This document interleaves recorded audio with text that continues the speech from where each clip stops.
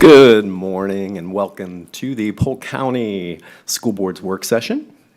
We will now call the work session for September 26th, 2023 to order. I would like to thank everyone for being here, especially our staff who are available and accessible to help and address any questions that we have. We are humbled to serve alongside of you and along with I would say, the most highly educated workforce in Polk County. I would like to start by reading our Who Are We statement. We are the Polk County leadership and governance team. If we were to pick one phrase to define us, it would be student-centered, because when we come together to work, we lean on our diverse backgrounds and experiences to assure that our decisions are focused on providing a high-quality education for all students. The four most important things to our governance team are: 1, operating with integrity; 2, respecting our students, staff, families, and each other; 3, establishing a culture where our stakeholders feel valued, supported, and have opportunities for personal and professional growth; and supporting an approach of continuous improvement to ensure student outcomes. Collectively, we need to work on behalf of the children we serve and find avenues of agreement so that we can govern the district in an effective manner. There is no acceptable alternative. We will always collaborate in a respectful manner in order to enhance opportunities for each student and staff members. We will not disparage others. Our students will thrive because we will remain committed to supporting the whole child. We hope to engage and empower our students and stakeholders to create a community of lifelong learners. At this time, I would like to turn it over to Superintendent Hyde to lead us in our work session today. Good morning, Dr. Allen, board members, community members, and staff. Thank you for being here today. Our first item before us, the first two items, is a continuation of a new initiative that we launched last school year, or began last school year, where we bring some of our community partners forward so that they could share the work that they're doing collaboratively to help support our students and our community as a whole. So at this time, I'd like to invite Lieutenant Joe Parker from Neighborhood Liaison Unit to please come forward. And he will lead us in a presentation about our Summer Trades Academy program partnership with Polk County Public Schools. Good morning. Good morning. First of all, thank you for inviting me. A little presentation I'll give you. I'll try to keep it as short and sweet as possible. It starts with a little slideshow I have here. Basically, it's just going to explain to you the summer trades program I put together at Lakeland Police Department. So as Dr. Allen has said, we try to work with our community partners, the stakeholders that we serve, to give them what they want or what they need in their community. So we were experiencing some spikes in juvenile crime over the summer. You know, when the schools let out, these kids are out on the street with no structure. So they're out roaming around, getting involved in gang violence, other juvenile type crimes. And we wanted to put a curb to that as best as possible. I wanted to come up with something that was effective, not a babysitting program, but something that can give them some guidance lifelong. Again, as Mr. Allen said, you know, we want to develop lifelong learners.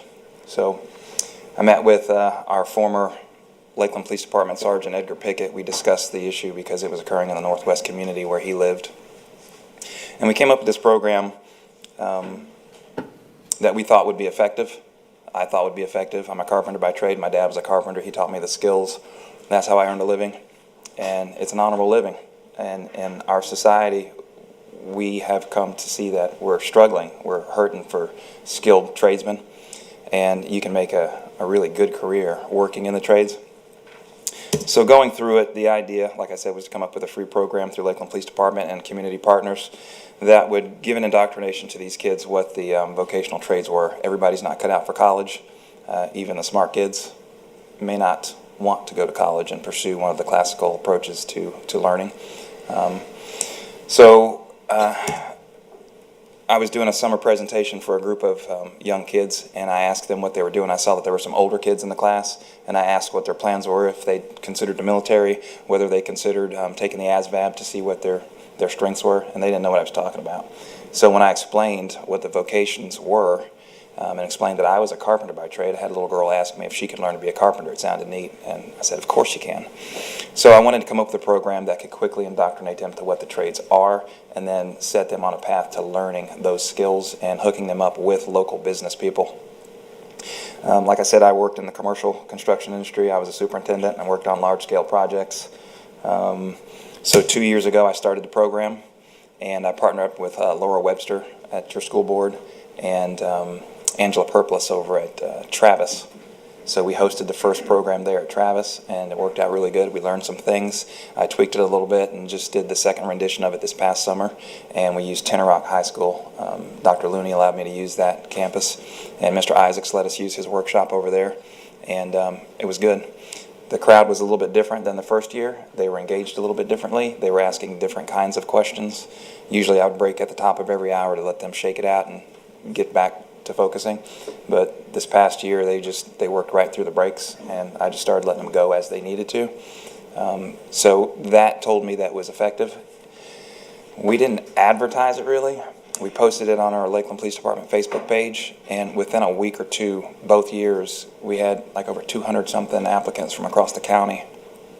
So that tells me that there is a dire need for it in the county, but also a really strong want for it by the students and by the parents. So I think that's important to note. I've cut it back to 50 students per session because that's a manageable number, and we've gotten 38 through the first year, and I think 39 this past year. Right up in those first few days of class, we lose some to summer school or injuries or sickness or whatever. But I think 40 kids getting this program through is a strong number. We teach carpentry, electrical, plumbing, roofing, welding, drywall, painting, architecture, and everything in between. It's not just sitting in the classroom, it's hands-on, so we build a little 8-foot by 12-foot structure to include a roof. So they get to hands-on put this stuff together as they're learning. There's a big push to send kids to college these days, but college may not be the best fit for everyone. There are lots of opportunities out there for those who don't have a degree. And as Fox 13's Ken Suarez reports, the Lakeland Police Department's holding a summer camp to help teens look at other options. At Travis Technical College, this shop is buzzing with the sounds of learning. Welcome to the new Trades Summer Camp, sponsored by the Lakeland Police Department. I felt like it was really interesting, and I just wanted to learn some new stuff, and yeah, it's been really fun. The free camp runs about 2 weeks. In that time, high schoolers learn a passel of practical stuff. As one of their projects, they made this mini room, put in electrical, plumbing, even a working bathroom. They're also getting hands-on experience putting up drywall, replacing a roof, laying blocks for a foundation. Hopefully this is a good taste test and they will like it. We're not going to get every one of these kids to go actually into a career in the field, but we're planting that seed. Neilani Marmol says it's a possibility, but what she really dreams about is hopefully becoming a pro basketball player. I would love to pursue that as like my first career, but obviously that's a really difficult option, and it's a huge commitment, a lot of work. So carpentry or something in the trades, maybe electrical, this would probably be my second option. Even if they don't do any of this professionally, campers are picking up skills they'll undoubtedly be able to use later in life. It's important for them to learn all these life skills no matter what actual career they go into. It'd be nice for them to know that they can fix their roof, they can fix their air conditioner if it breaks, they can change a light bulb or change a circuit breaker. Sergeant Joe Parker, who thought up the camp, has done all that on TV. Before he became an officer back in 2004, he was one of the stars of Ultimate Home on country music television. Along with the technical stuff, Parker now hopes campers learn to be prompt, engaged, and positive. Traits that will help them nail whatever career they choose. In Lakeland, Ken Suarez, Fox 13 News. So that's a general snapshot of what the program is. Again, the important thing for us to recognize is that we need collaboration with the community stakeholders. The individual portions of this class are taught by actual practicing professions in the city of Lakeland. All the plumbing, electrical, roofing, those are all volunteers that came out from their workday and taught the class. They're the experts that are working here in our community, and building those relationships is what's important. Big picture, I hope to expand it. This was a Lakeland project, but I'd like to see the other jurisdictions around the county pick it up. I've talked to Winter Haven, talked to the sheriff's office. I want to get Lake Wales, maybe Haines City involved so that those officers are engaging with the students in their own neighborhood. I think that's important. I mean, I think if you visualize a kid who has an encounter with a police officer in their developing years, and they tell a story 10 years down the road and said, you know, when I was in high school, the cops came and took me to jail or took my parent to jail, as opposed to when I was in high school, a cop showed up to my house and got me involved in a program that taught me a trade, and now I run a business. That's a big difference. So it's important for not only our kids, but our community members to have positive engagements with the police officers and the other figures of authority that they encounter every day, so that when we show up, it's not just something bad. And we do a really good job of telling kids what they can't do, and we're not doing a good enough job telling them what they can do instead. So that's what this program is about. And again, it's important to develop those partners in the community. So that's my big picture plan. Getting them indoctrinated, hoping we plant the seed. You know, if the kid says, hey, I want to be an electrician, I want to develop a pool of contractors in our community that's deep enough so that they can start bringing these kids on as they get through high school, so that when they graduate, they can go into an actual apprenticeship program, actually start working for these companies. You know, it's home growing our own workforce here in our own community, and I think that's important. So that's my big picture idea. Mr. Sharpless? First, I just want to start off by saying thank you. Thank you for the vision on this and the passion you have for it. You know, I think you're making you and all the volunteers that are involved with this are making a huge impact on children's lives, and that's what we're here for. I'm a big proponent of career technical education. It's something that that's my background. You know, got a brother and a father who are teaching here in the district in the construction field. So I think this is a great opportunity. I promoted it personally on my Facebook pages, and my question originally was going to be on expansion, but you've kind of talked about that a little bit. But my question is more along: what is your current? You said that 50 was your capacity for this time, and that was just for the June 1st through 10th. So is there any plans? So first question is there any plans to expand this at not necessarily other municipalities as well, like you're talking, but the amount of times you're offering it in the summer at your location? I've been asked. Okay. Just trying to figure out, so this is the second rendition of it, so I worked out some kinks from the first year. I've been asked, there is definitely a want for it. I just haven't figured out the logistics of it. One of the things we do is we provide lunch for the kids. It's a pretty big expense, and community sponsors have allowed us to do it at no cost to the kids. So I've considered whether we're going to have to attach a registration fee to it to help offset the costs. The volunteers that teach the classes, they come out, you know, during their workday, they take their time off. I think it would be possible that we did, you know, a second rendition of it to maybe get 100 kids through, but you're talking about 4 weeks out of the summer that we're asking, you know, our police department staff to cover that. I'd like to see that possibility. Again, maybe in partnership with the school board, partnership with some other community stakeholders that can contribute their time and expertise to it. Duplicating it in other jurisdictions, I think, is one way to accomplish that. But just finding out I don't think in the big picture it's that expensive when you're considering the need and the impact it has, but it's definitely a consideration. And I'm welcome to suggestions. You know. And my second and last question, you said in the presentation over 200 applications within a few days, and you're at 50-person cohort is where you're at. Yes. So how many of those were in Lakeland versus from around the county? Any idea? Are you meeting the need in Lakeland and really expansion to around the county that would help with that need? Or I'm just curious where's the sweet spot for you? I wanted to be careful to capture the entire spectrum of the demographic. I wanted enough kids from certain neighborhoods. I wanted enough kids to represent the male population, the female population, the Hispanic population, the black population. I wanted to have a good coverage of everybody that we can affect and have them go back into their neighborhood and grassroots spread this idea. maybe they won't make it to the program, but they go back and tell their friends at their school and in their community that over the summer they learned a trade and they were excited about it. And that would encourage those kids to go out and find some avenue to, learn themselves on how to get involved with that. Again, I'm open to suggestions. 50 was just a manageable number. When we're doing the hands-on portion, we're actually building this in real time as we're going through these classes. So 50 is a lot of kids. You guys know that. Yes. So how to duplicate it, we thought about, having separate workrooms and having them learning in separate rooms so we can expand the number, but concentrate the focus to a manageable group. But when you're building a building, it was tough to do that. So unless we're duplicating it in other jurisdictions or doing 2 renditions over the summer, I'm not sure how we can accomplish it. I definitely can't accomplish it by myself at Lakeland PD, so that's what I'm saying. I want to get more people involved, and I would like to see that happen. Thank you, Lieutenant Parker, for doing this and for the vision you have for this program. Thank you, sir. Ms. Cunningham?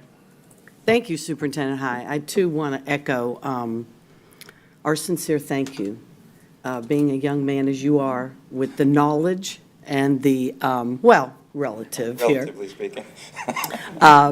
with your knowledge and expertise to have taken a passion that you have and taken and created a vision, and you actually provided the leadership needed to do this, and sacrificing time away from your family and what you do to do this, to impact these kids, is incredible. And as you said sort of in the beginning of your comments, this puts those children in a program where maybe a spark will fly. And this may become something in the future that they're able to do, or something similar, because they enjoy working with their hands. And someone has given them the opportunity at relatively low to no cost to do that. So you took a profession that you had and you turned it into giving back to your community. I just think that's so noble, and I thank you. And I would love, as Mr. Sharpless said, to see it on the east side of the county. You're looking for maybe another jurisdiction. I know, Lake Wales, the number of, HVAC contractors in our area constantly looking for folks to work, and good kids to train and put underneath their wings, because it's not going away. We're getting more and more people moving into this county, and air conditioning, plumbing, electrical, roofing, it's all got to continue. So I would love to see it, Lake Wales, Haines City, and I'd love to work with you to make some contacts, because it is so needed. And I think putting it in a different jurisdiction, as you called it, is the answer, because you can't be spread so thin, but you can maybe work with another area and train those folks. I don't know how all that works, but I support it wholeheartedly, and if there's anything that I can do to assist you in moving this program forward, I would be honored to do so. And thank you so much, sir, for your time and talent. Thank you, ma'am. I appreciate it. Ms. Miller? Thank you. Yeah, I'm very excited about this program and wondering, dollars-wise, is this grant funded? Is Lakeland PD picking up the cost of this? I'm curious to how we're funding your expenses. I know you have donations, and I think that's easy to come by now because this is so popular with so many people and groups, but I didn't know if there was a cost that the city is providing. Well, I've been fortunate that the program has been well received in the city, so I've had support from the city. I've had some funds, grant funds, donated from the city to the program. Chief Garcia, in that first year, allowed me to use my unit. I'm the community services unit now. I have the neighborhood liaison officers, so me and my neighborhood liaison officers and the community services group actually staff it. The school board provided 3 the first year and 4 the second year to help me manage things. They have assisted me, and like I said, Laura Webster has been monumental in helping me put it together. So the food, drinks, and supplies have been generously donated these last 2 years through community sponsors. So again, the police department has allowed me to use some expenditures, and that has got me through it. But again, still looking for long-term commitment from our community sponsors to get it done. So No, I think that's great. And I think you'll find that. This is great advertising just to the public. I saw this come out on social media and thought, what is this? What are we doing? I mean, I hadn't heard of it. And so I'm excited to learn more about it. And I think just having this where we can share the YouTube video with others will be great marketing to help get those. My background's in real estate, and I can tell you, talking to contractors who can't find people to work, I think you would get a lot of support from our single-family home builders that need these employees as time goes on. And I'd love to track them to see how many go into our academies. Tenorock has a fabulous facility. That teacher does an amazing job out there. But, Bartow has one. I'd be interested to see how many of these kids move on into those academies that continue this work. Can you tell me, like, age-wise? It says 8th grade to 12th grade, which is a range. Do you get more older kids in this, or are the younger kids, the middle schoolers, getting interested?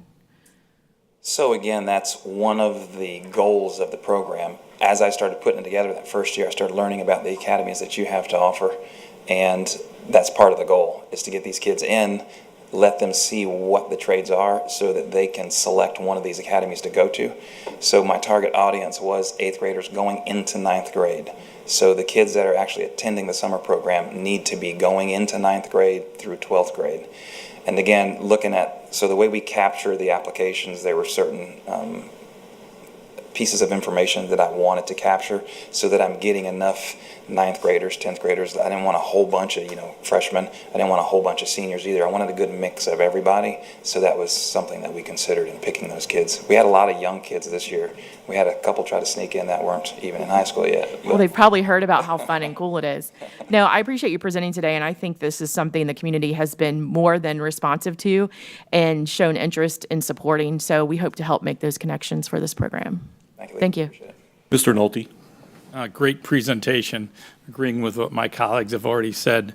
You're just doing a super job. Keep up the good work, and hopefully we can expand it to take in more students that would love to do something like this with their hands rather than sit behind a desk and look at a computer screen all day. So, yes, sir.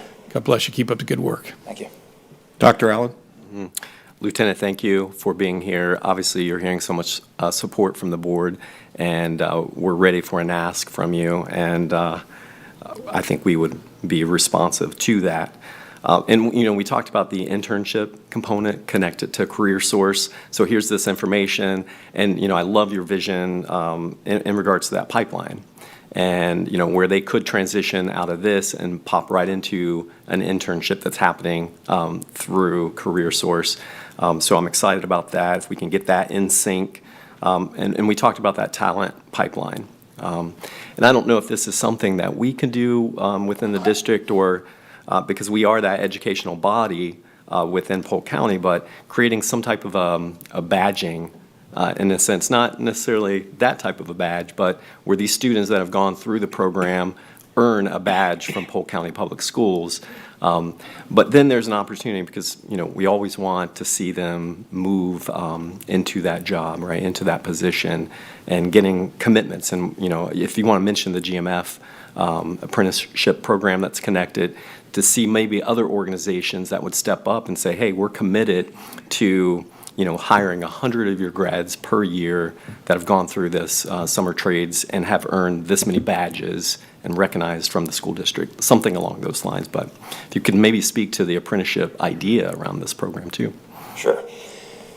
So again, the tracking of these kids going through this type of program, I think, is important to consider. I want to be able to track these kids and see where they went with their decisions as they progressed through their high school years and then went out and took those first jobs or got involved in apprenticeships. So again, they say it's not what you know, it's who you know sometimes. So a lot of these people I've either encountered in my work passages or I've gone to school with them. Brad Lunds, his group teaches the architecture portion. I went to Harrison Performing Arts School over here. He was one of my schoolmates. Andy Norman runs GMF Construction with his brother. They teach the structural steel and welding portion of the class. They have been accredited through the state last year, and for 2 years in a row they've been supporting the program by coming out and teaching, and they have an actual apprenticeship program, and they teach these guys how to weld, and gals, and put them to work in the field through their program. Partnerships like that. Curry & Company and Stewart's Plumbing, they come out and teach. They are actively looking for people to hire on, these young kids to come out and start an apprenticeship program. Again, not to knock on anybody, but when I was doing this research trying to learn what resources were available, I learned that Travis does not have an active plumbing program. And we have businesses that are here that have the expertise. Somehow, if we could figure out how to get an active program for plumbing in the county back up and running, we need that. And they're willing. So just figuring out those kind of kinks. But again, tracking these kids as they go through this type of engagement to see where it's landing them in the big picture is something I'm excited to see what kind of positive effect that it did have. Again, whether they used it for a vocational trade or whether they used those steps, that kind of mentoring, it's not just the skills that we're talking about building and plumbing and electrical or whatever. We're teaching them lifelong skills, how to write a resume, how to look someone in the eye when you're shaking their hand, how to introduce themselves during a work interview, how to dress when you show up, how to appreciate the things that are presented to you and then take them forward for that lifelong learning that Dr. Allen was talking about. So it's a big ball of wax that we're unraveling for these kids during that short 2 weeks, but seeing it and how they apply it later is something I'm excited about tracking.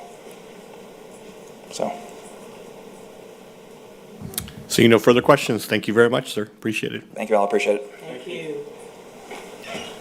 Next item up before the board, we're going to invite Ms. Chandra Frederick. She's a program volunteer who's here to do the presentation on Girls Inc.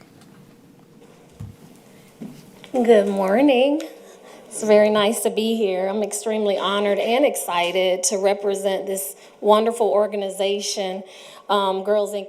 of Lakeland, as a former member, as a scholarship honoree, and also a former board member, and as the superintendent mentioned, now I'm a volunteer. Before I start, I do want to thank the school board, the superintendent, and Jeanette for inviting me here to talk about Girls Inc. So who is Girls Inc.? I think many of you know a lot about Girls Inc., but it's wonderful to always share and reiterate what we do. Girls Inc. has been serving West Polk County. Girls Inc. of Lakeland has been serving West Polk County for over 50 years. And we are a local affiliate of a national nonprofit organization, but we are here, we've been here, and our mission is to inspire all girls to be strong, smart, and bold. We serve girls in kindergarten through 12th grades here in West Polk County. In fact, we are the only organization that solely serves girls in West Polk County in this manner. And we serve girls again from kindergarten to 12th. We touch probably over 500 girls annually through our summer program, our after-school program, and some of our outreach programs. We pick up girls after school through bus and vans from their various schools, and we take them to our center. And from there, our center is in Lakeland. It's known as the George Jenkins Building. As you can imagine, one of our great benefactors has been Publix. They've been very supportive of us almost the entire time that we've been in existence. We run our program. We are open when the schools are closed. We are open when there's early release. We are there for the girls and their families during the entire school year. So what is it that Girls Inc. does? Oh, by the way, my timer, because I'm a talker. Yeah. So what do we do? I mentioned earlier that we have an after-school and summer program. If I had to describe Girls Inc. of Lakeland, I would say they are consistent, they are structured, and they are fun. You all know Miss K, who is how she's referred to at Girls Inc. Structured is her middle name. Might not be on her birth certificate, but it's definitely part of her name. A day in the after-school program is something like this. The girls, after having been in school all day, learning with a little fun, they come in, they get their snacks, They go outside if the weather permits, and we let them release a little energy before they start their afternoon activities. Their afternoon activities consist of classes like culinary arts, life skill classes, arts, dance.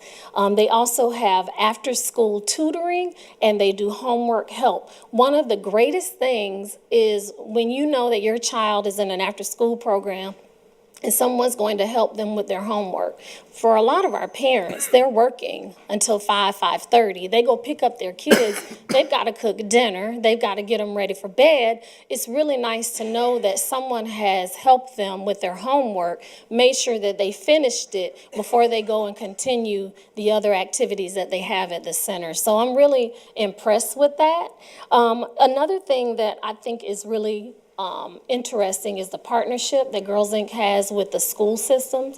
They communicate, they know where the children are deficient. If they are in reading and math, they definitely do things to help with that. They have something that they do called sustained reading. If you've never been there and seen it, it's amazing. If you walk in the facility for 15 minutes, I think it's like from 4:15 to 4:30, everybody stops what they're doing. They pick up a book and they read. Staff, the kids. If a parent comes in, Ms. Kay's like, have a seat, grab a magazine. You know, that's the kind of structure and commitment that the program has for the children and making sure that they're doing what they need to do to be lifelong learners. In the summer program, by the way, I talked about school, so the summer is just an extension of that, except add in dynamic field trips, college and trade tours, all of these things, speakers from our community that come in and talk about their careers.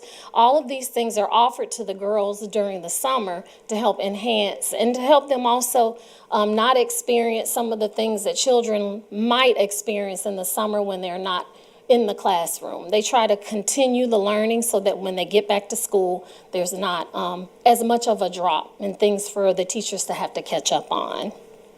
So I mentioned to you that the mission is that we inspire all girls to be strong, smart, and bold. So how are our girls strong? I think that our girls are resourceful, they're confident, and they're courageous based on a lot of the activities that they do. There's a picture here where the girls are singing. They're singing at what's known as our flagship fundraiser and recognition program, which is called She Knows Where She's Going, the She Knows Where She's Going luncheon.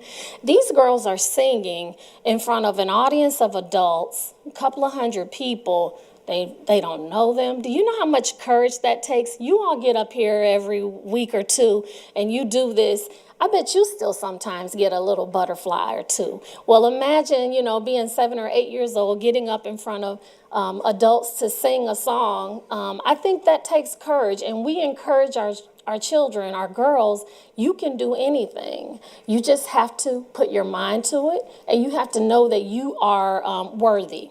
And that's really one of the things that we teach them, that they are worthy. We teach them things like self-defense, as you can see from some of the pictures. We teach them things that they may not learn anywhere else, but we expose it to them, expose them, and then they can go out and try to find more activities to help promote that. Our girls are smart. We have, again, I said the sustained reading program. We have volunteers that come in to read to the little ones, to read with the older ones. We have volunteers that come in and do tutoring in areas of deficiency. We have staff and volunteers that come in and talk about career options. So our girls are exposed to things that help them with their academic achievements as well. We have children that were in our program in kindergarten, and we got to see them graduate from high school. And there's nothing more rewarding than to know that you played a part in the role of a child matriculating through school and having a successful life. Finally, our girls are bold. They're adventurous. This summer, I saw pictures posted on the social network, social media, where the girls were skiing. And I immediately picked up the phone and I was like, what is this? How is that? We didn't get to do that when I was a member of Girls Inc. Not that I would have, but you know, these girls are adventurous and exciting. It was just amazing to watch the videos and the pictures of them skiing. Also, courtesy of our tremendous supporters all over the county for allowing our girls exposure to such a thing. We also have very, very successful graduates. I consider myself a graduate of the program, and I feel like a lot of the things that I learned that I practiced in my professional life has definitely had its roots at Girls Inc. So we, you know, Amani McNair, she's the young lady in the cap and gown. She graduated from collegiate with a degree, a diploma and an AA degree. She went on to the University of Miami, where she's currently a student. We also have Dr. Breon Miles. She graduated with a Doctor of Pharmacy from Florida A&M. She had been a member of Girls Inc. since she was a kindergartner. And she matriculated through the program. She worked for the program in high school, and she went back in college during the summers to be a summer camp counselor. And then the other person that I wanted to highlight here was the Honorable Nicole Tate Phillips. I grew up with Nicole. Nicole graduated from Polk County Schools and went on to Spelman College.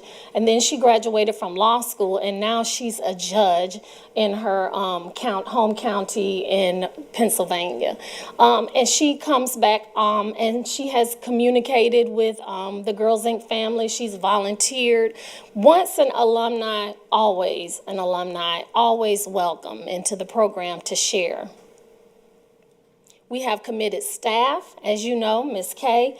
Ms. Kay will have been with Girls Inc. for 40 years, and with that tenure comes acknowledgement of her commitment and passion for the program.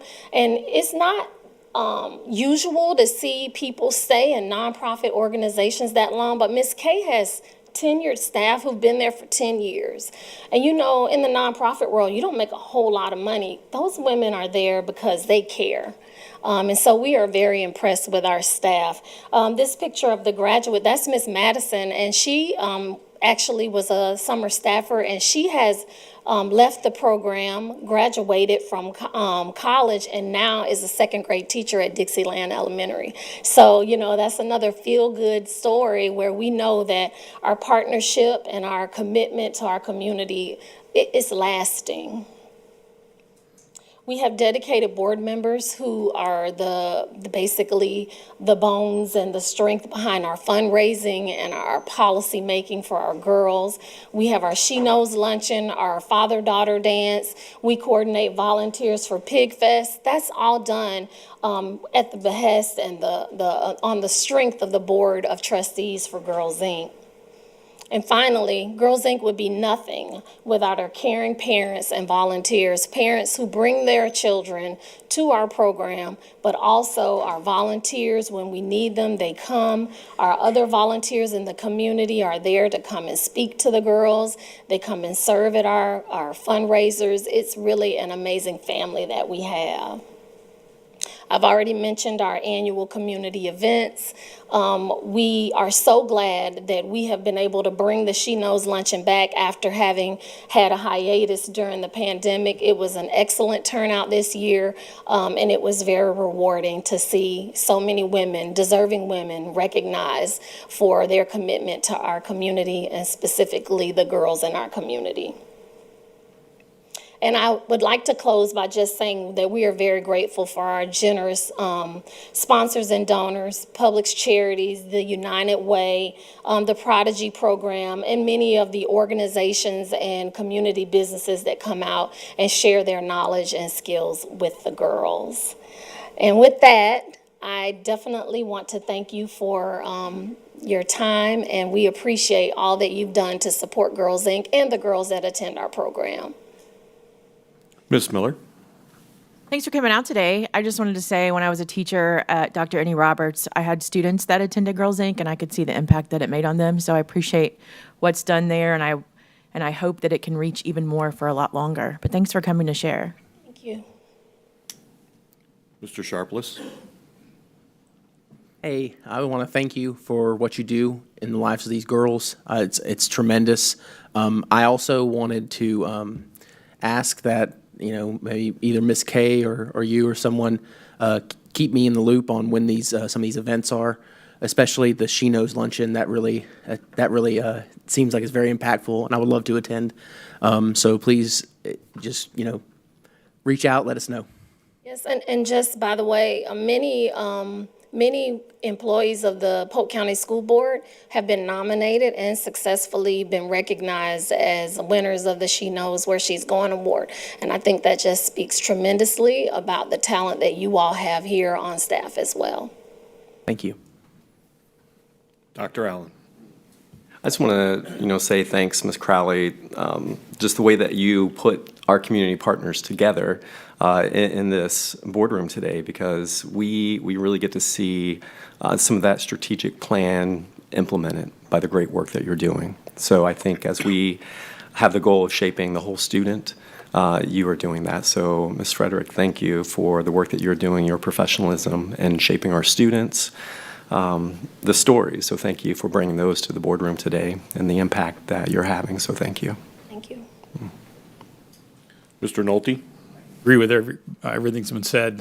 Thank you for your energy and thank you for your dedication, and you're doing a tremendous job, and keep up the good work. Thank you so much. I'm sorry I moved the slides. I don't know what I touched. That's okay. Thank you so much. You're welcome.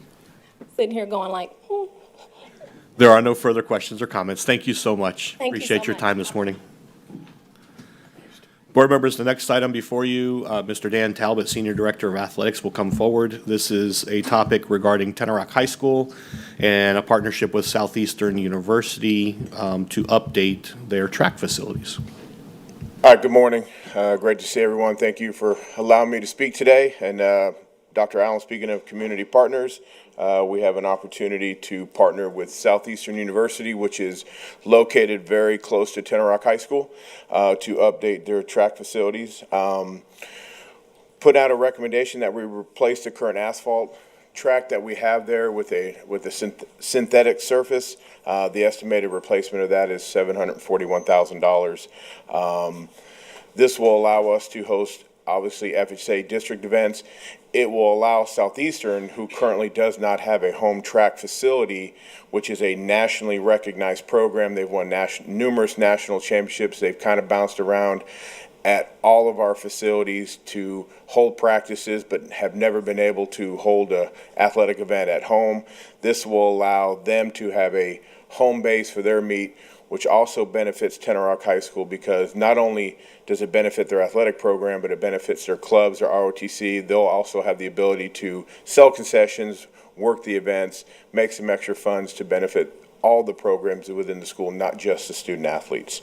The beautiful thing about this partnership with Southeastern, we're going to split the cost even right down the middle. It's a perfect partnership with a university that is wanting to do more with the school board. Drew Allen, the Director of Athletics, is currently in Denver. We have a great relationship, and he wished he could be here today, but the student athletes at Tenor Rock will have the opportunity to mingle and be able to get life coaching from places from the student athletes of Southeastern, where they want to go. It's a great opportunity not only for the athletics, but the academic part of the situation. Just to recap, we do have some synthetic tracks in Polk County at George Jenkins High School, Davenport, Frostproof, and Lake Region High School. By adding this one at Tenor Rock, it'll give us another option for not only our student athletes, but our youth around Polk County. There is a growing interest in track. We're actually in discussion right now with another partner. I will not disclose it at this time because it's very preliminary, but that would result in not only an upgrade to our facilities and enhancement to options for our schools, but also an enhancement opportunity for us in our developing academy program with sports management. We're not just talking about sports management as far as, being a manager of players. We're talking about all the other aspects of sports management that go into this. And so it's an exciting opportunity, but again, very, very young in its infancy right now as a concept with various partners who have a sincere interest. But I was surprised to learn throughout the conversation, what stimulated the conversation was the number of track meets that are held in our region and the lack of facilities across the area. And so again, Mr. Talbot has demonstrated time and time again an ability to draw state competitions to Polk County. That are the number of state competitions that we host continues to rise each year. And this creates yet another opportunity. And again, a great partnership. I think the board and the school district signaled a willingness and a receptiveness to community partners when we approved the enhanced field over at Winter Haven High School in partnership with the city. And I think now we're seeing the fruits of that pay off because more and more partners are coming to the table to say, how do we partner with you in this regard? So I just wanted to give Mr. Talbot some additional kudos for the work he's doing, but to also lend my voice of support. He's talked with me about this repeatedly, and anytime we can develop a partnership with a college university, we always talk about how do you connect K-12 to 13 and above. And so this creates, even through sports, but sports is a huge attractor and a huge interest, it creates that pipeline and an opportunity for our students to partner and get access and opportunities that they may otherwise not have. So thank you, Mr. Talbot. Let me see if there's any questions or comments. There are. Ms. Cunningham. Thank you. Once again, thank you. I love your shirt, by the way. My Awesome. wife wanted me to wear it just because it said it shows my softer side than. There you go. That's right. I would have to agree with your wife. Tell her that was a great I pick will. She dressed me this morning. for today's meeting. Yep, I love that shirt. I don't So make too many decisions at home. I just wanted to say thank you. This is awesome. My question, well, first of all, my statement is being able to split the shared cost and utilization across both organizations, I think, is paramount. And I really thank you for negotiating or working through that. Secondly, my question is, as we go forward and that facility will need maintenance, is there anything in whatever agreement we've put together that shows down the road when there has to be repairs or whatever? How do we do that? Are we also splitting that going forward? We're actually drawing up the actual agreement so the people above us can actually look at it, but it's going to be a shared facility, a shared responsibility, not all we actually, Southeastern understands that since it's going on our property, it essentially becomes our facility, but we want to manifest and create a working relationship and partnership from many years after we're all long gone. I understand. Well, just let's think about putting something in there regarding maintenance costs and upkeep and all of that good stuff to keep us on solid ground, sir. Of course. Thank you so much. Thank you. Mr. Sharpless. First, just want to thank you for your visionary leadership on this. These kind of partnerships are vital. I think it's a way to save our taxpayers money as well, which is important. My question was going to echo what Board Member Cunningham said, but also in that agreement, just how the shared use is going to work. At the end of the day, who's going to manage that and that kind of stuff. So I guess it's not really a question anymore because you kind of answered it, but thank you. Well, through our use of Facilitron, it's an online application that manages all the rentals and usage of our facility. So we'll have a shared calendar and things like that. And obviously the school board will have priority for our events and our student athletes. But with it being, higher level education, the times won't be an issue. Gotcha. Thank you.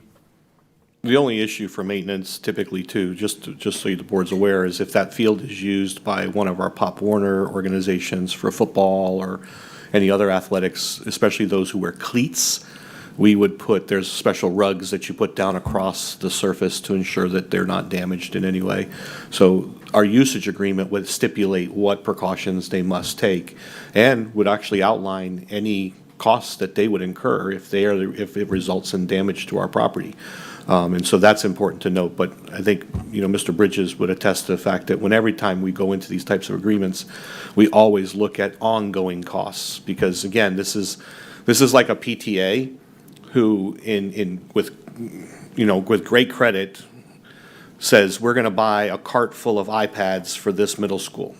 And we love that they want to do that. But without a discussion, the problem is it becomes a burden on the district after the fact, whether it's the maintenance or repair or replacement of those devices. So that does have to, we've learned a lot of lessons over the years about these types of partnerships. So I just want to reassure the board that, yes, we look at all of those aspects and that you'll get to see how those costs are broken down over time. And with that, echo that, we've learned our lessons in our previous facilities. If you look at a normal track facility, the runways for the long jump, and those are actually on the sideline of the visitors, which causes issues. All our field events and all those are located outside the facility. So it's just really, like Mr. Hyde said, the getting on and off the field, we do have the proper materials, the carpets to put in. It'll just be entering and exiting the stadium. All the other ones that usually see the most damage will be located outside the perimeter of the field. Ms. Miller. Since Tenoroc is located in District 7, I appreciate this upgrade to one of my schools. It's also a great location for usage for people coming in from out of the area because of the Parkway right there to I-4. So I think you're going to get a lot of usage out of that. And I'm assuming the replacement on this type of covering is much longer than it would be asphalt. Like, can you tell us when you have to replace, when it'll be replaced? Yes, we'll have usually an 8-year warranty on this. Okay. We won't have to do anything for 8 years. In 8 years, we'll have a resurfacing. And it really just depends on the actual wear and tear and what the weather does to it. Some just need a coating spray, which is, $50,000. And probably the biggest, not the biggest expense, but the most frequent one will be the repainting of the lines, which is usually about $6-7 grand. Okay, and we do that anyway because you have to repaint asphalt lines as well. Yes. My question is, we are educating the people running our facilities and our grounds, but are we educating the school site? Because we have a lot of clubs and things in our schools that may not understand the usage of those. Plenty of education will go into, with all our facilities. We've learned lessons, obviously when we purchased Bryant Stadium and the turf went down, we found out that, teams love to enter the stadium with those smoke bombs. Yeah, I was remembering the old times and just making sure that we. But when you put a smoke bomb on a plastic field, it tends not to do, good things. Right. So we've learned, but we will have a training. Obviously, the right coach, the track coach at Tenoroc will play a big part in this, and we want the track coaches at Tenoroc to love and nourish this facility as well as Southeastern University. Thank you. Thank you. Dr. Allen? Mm-hmm. Just a couple simple questions. I was wondering if it was pink or salmon in regards to the shirt color. That's pink. Oh, okay. I'm gonna go pink. All right. I don't. Yeah, you can. I mean, even though I'm from Alaska, I don't eat salmon, so I don't eat any fish. So. Wow. All right. That was my simple question. Potato boy. The harder question. I'm sure you're brilliant on the scheduling standpoint, but, if you want to speak to that, maybe. Yeah, basically, Southeastern has basically 2 track seasons. They have an indoor and outdoor, and obviously we will have the first rights to scheduling, and then Southeastern will go back on that. It's a little bit easier when you have college student athletes because their times are more, less forgiving than, high school structured. We're in school from 7 to 2. We know that facility is going to be empty from 7 to 2, so scheduling won't be an issue. But we have first priority, and our events will obviously take place. But we have basically worked with Southeastern before on scheduling when they've rented our other facilities, so we don't foresee any issues with that. Because we currently do that now. Indeed. Yeah, and I just want to say thanks to Drew for his patience on this as well. And, obviously this has been out there for a while, and you've really thought through and, from a discernment standpoint. So I appreciate the timing on it. Drew is a great guy, and I wish he could be here, but I will bring him, obviously, when this goes to the board for a vote, I'll bring him with me so you guys can meet him. He has a great vision and wants, he wants Southeastern University to be a part of our DePaul County Public School system. Yeah, indeed. And Southeastern is so active already. I just think about their work at Crystal Lake Elementary with our community partnership school. So it's really great to see students there and like the food distribution and so forth as they come alongside our staff and serve in that capacity. So I get excited about the mentorship opportunities as well. So thank you. Thank you. And lastly, Mr. Nolte. So I'm batting cleanup. Thank you so much for all you do. Doing a great job, and I can't say I'm sure Theo Saliba is just looking down and just excited everything. And who do we have before Theo? So it's interesting. So Theo Saliba took over in, I believe, 1974. Right. And I've always tell this people always ask me, how good is your job? I'm the third person in the history of Polk County Public Schools. So there's Theo Saliba, Don Bridges, and myself. That's it. There's only been three of us. So this is a job that, with our community partners and obviously our school board and everything that Polk County Public Schools has to offer, people don't leave since there's only been three of us in the history of the school district. So. Well, you're doing a commendable job. Thank you. Anything down the line about getting a hockey rink and getting the Bolts over here for some? No. No. We currently have a hockey rink on by I-4 Memorial. If you were out there Sunday night, you saw my team get beat 11-1, so it wasn't a lot of fun. But I'm getting too old when you have a hockey game at 11 o'clock on Sunday night and you're chasing college kids around. So retirement is imminent in my future. But when you lose 11-1, but I enjoy it. It's exercise and it's a great sport. But hockey rinks are expensive. Pools and hockey rinks are holes in the ground you pour a lot of money into. Thank you again. God bless. Keep up the good work. Now, if FHSA sanctions that sport and we have an interest, then obviously we would pursue any of those opportunities. But it is a great opportunity for us to continue to partner here locally. It does create a better pipeline. It does create mentorship opportunities. It creates collaborative opportunities. And I embrace the fact that our community continues to want to partner with us in this capacity. To that extent, I was waiting on a response from Mr. Cochran. Earlier, the officer shared that we do not have a plumbing program at Travis. That's actually incorrect. We do have a plumbing program at Travis. The veteran board members will recall that you authorized that program and heard about that program pre-COVID. When the COVID pandemic hit, it was sidelined. It launches this January. They've been working again with a group, four people from the community who are well-versed and knowledgeable in that field. And so the program application and options for students relaunches this January. So I want to make sure that we brought that back out so that everybody understands that. Ms. Cunningham. What about Ridge?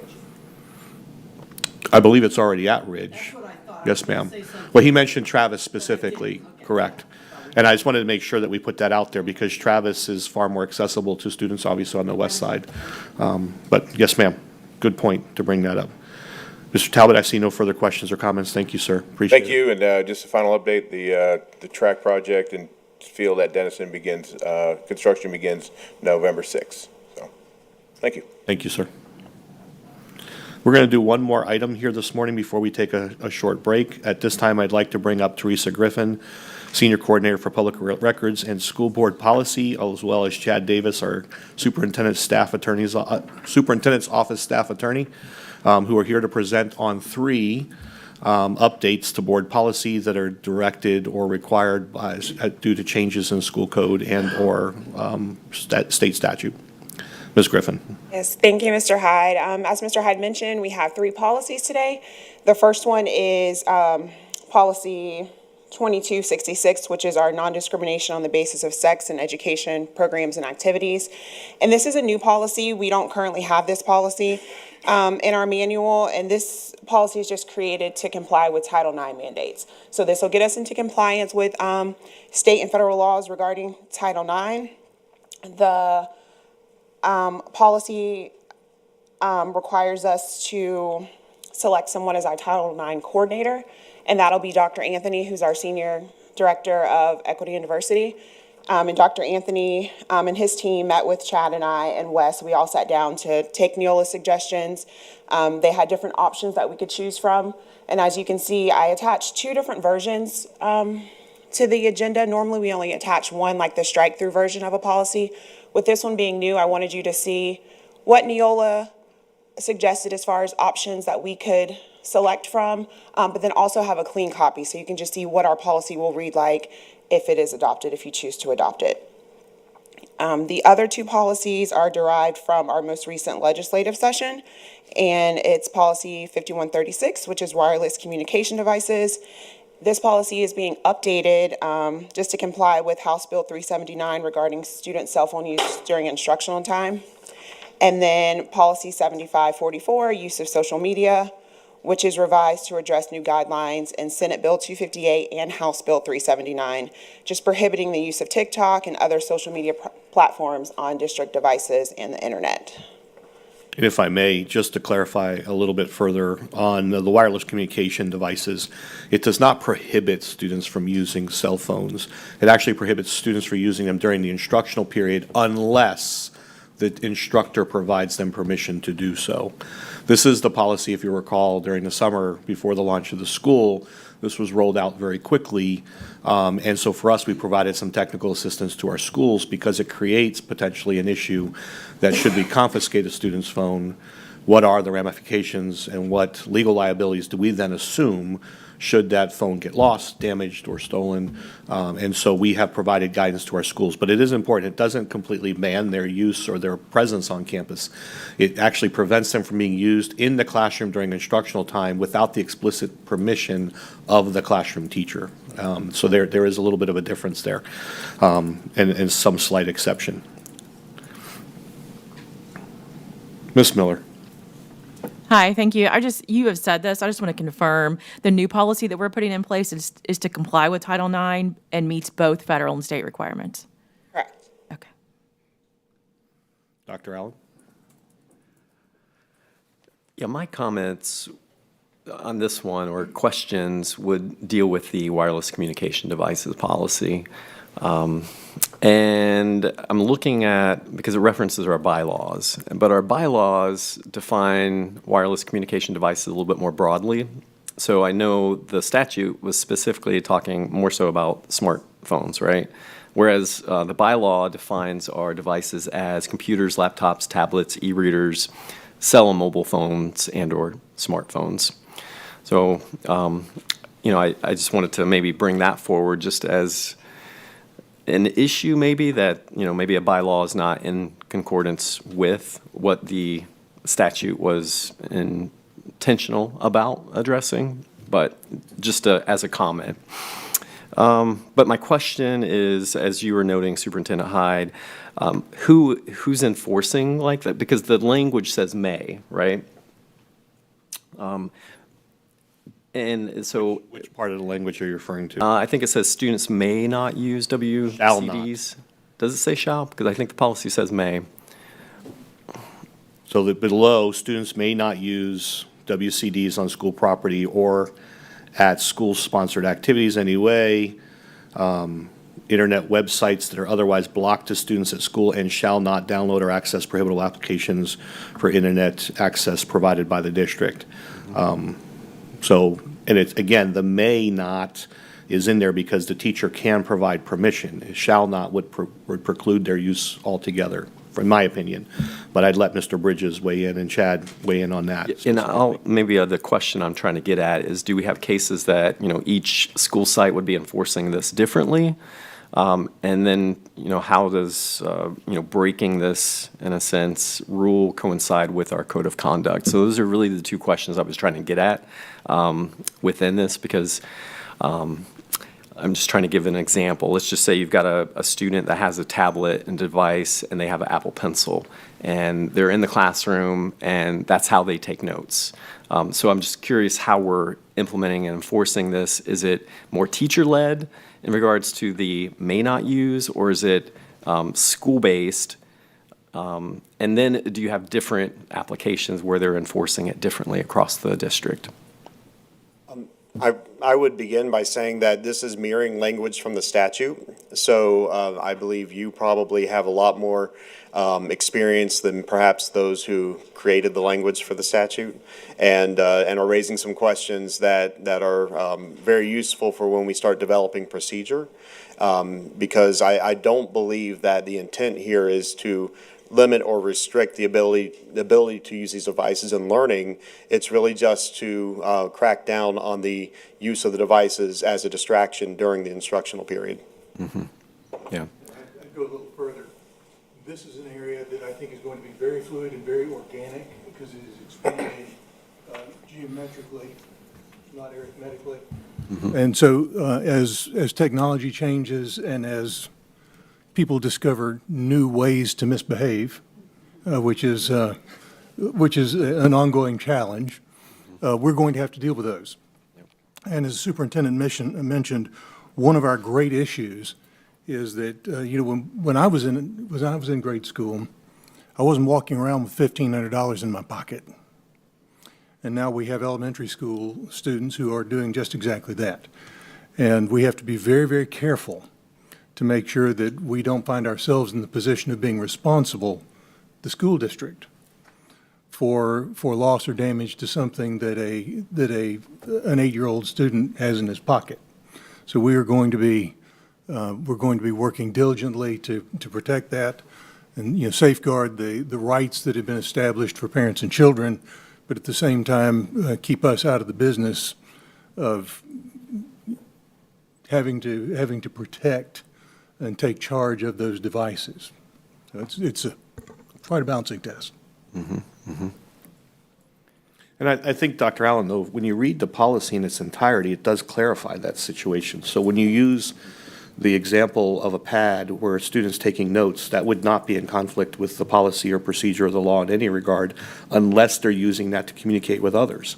Mm-hmm. So a personal use of that device, in many instances, that would be outlined for students, either whether through an IEP or a student, any student could have that device and utilize it.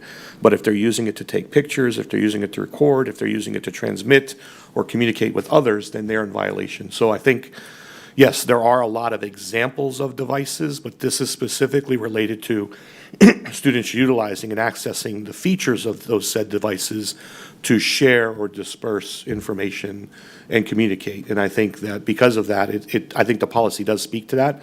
But as Mr. Davis said, procedurally, we will be able to address that. I can tell you, this is not left up to individual schools to define. We've already clarified this for them. We've sent out, in fact, the board has received those memos that we send out anytime we clarify a policy in the absence, or excuse me, procedures in the absence of us updating the board policy. And so we were waiting for Neola. It takes them a little bit of time to catch up.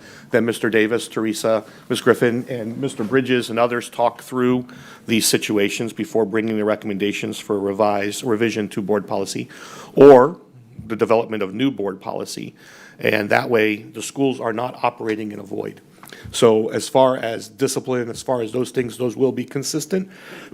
We do have student code of conduct. It does already express and outline for students the disciplinary actions that can occur for the use of technology, unapproved technology on our campuses. So I think by and large, we have the core structure there, but we'll seek to address through your input and others any other areas that we need to make sure in the procedure we outline explicitly these devices. Unfortunately, as you know, technology continues to evolve. And so, what a watch can do right now, who knows what it'll do in 6 months. Mm-hmm. So I think we just need to track and monitor that functionality and make sure that students in particular understand what the restrictions and limitations are. They can have a phone. Parents want their children to have a phone. It's a safety feature for most of our students and families. Call me after school. Let me know how you're getting home. Let me know if you've got club or sports or those types of things. And we want to respect that. But the use and disruption on campus through the use of sexting, through the possibility of them texting and posting on social media, defaming or belittling or cyberbullying, we're not going to tolerate that. And I think that this policy enhancement allows us to get to those issues a little bit more aggressively. So, all right, thank you. Ms. Miller. I want to comment on the last thing that Superintendent Hyde said about the bullying of students on social media. I appreciate this policy providing us more authority in how we handle those situations. I do have a question because this is a leadership question, so it might be for the superintendent.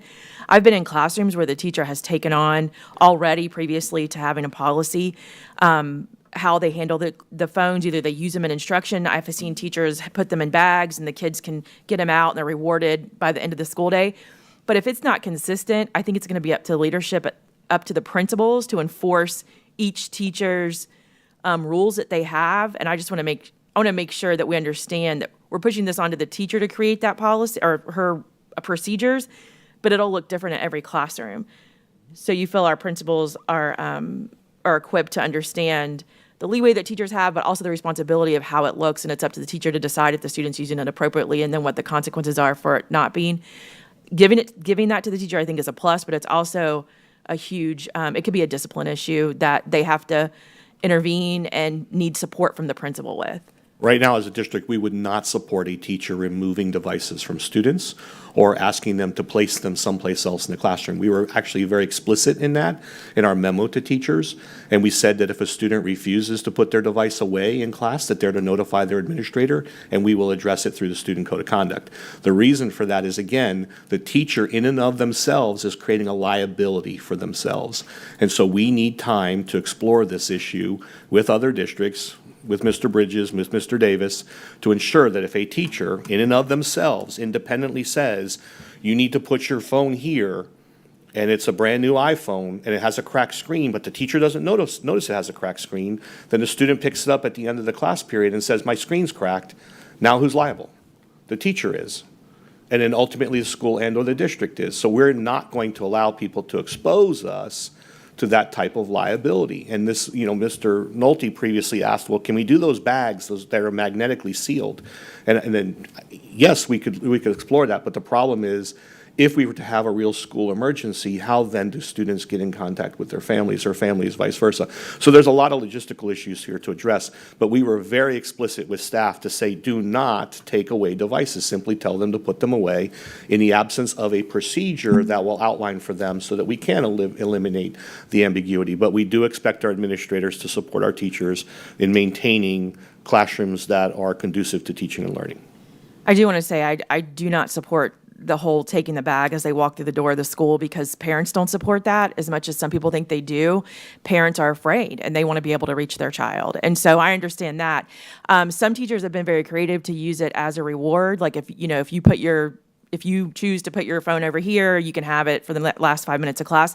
I think with the ambiguity of the policy that the procedures will be what we need.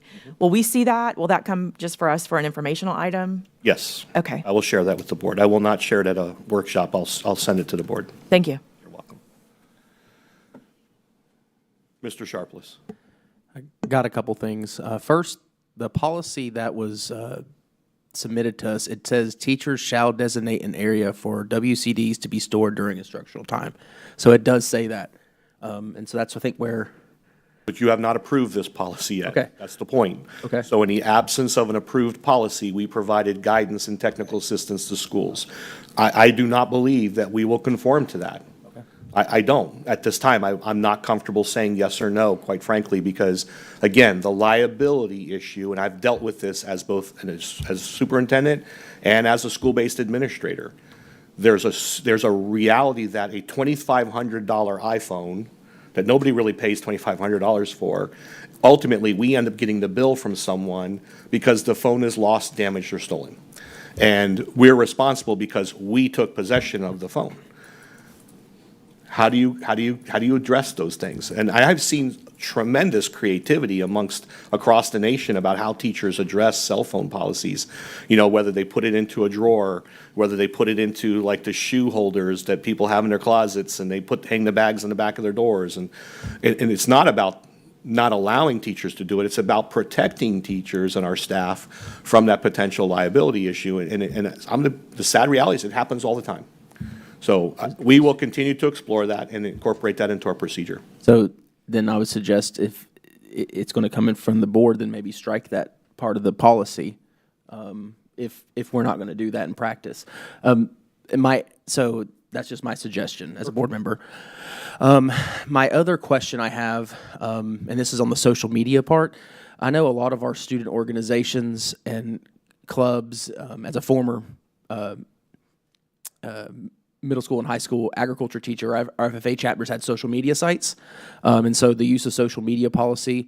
My question is if it says it's students are prohibited from accessing this on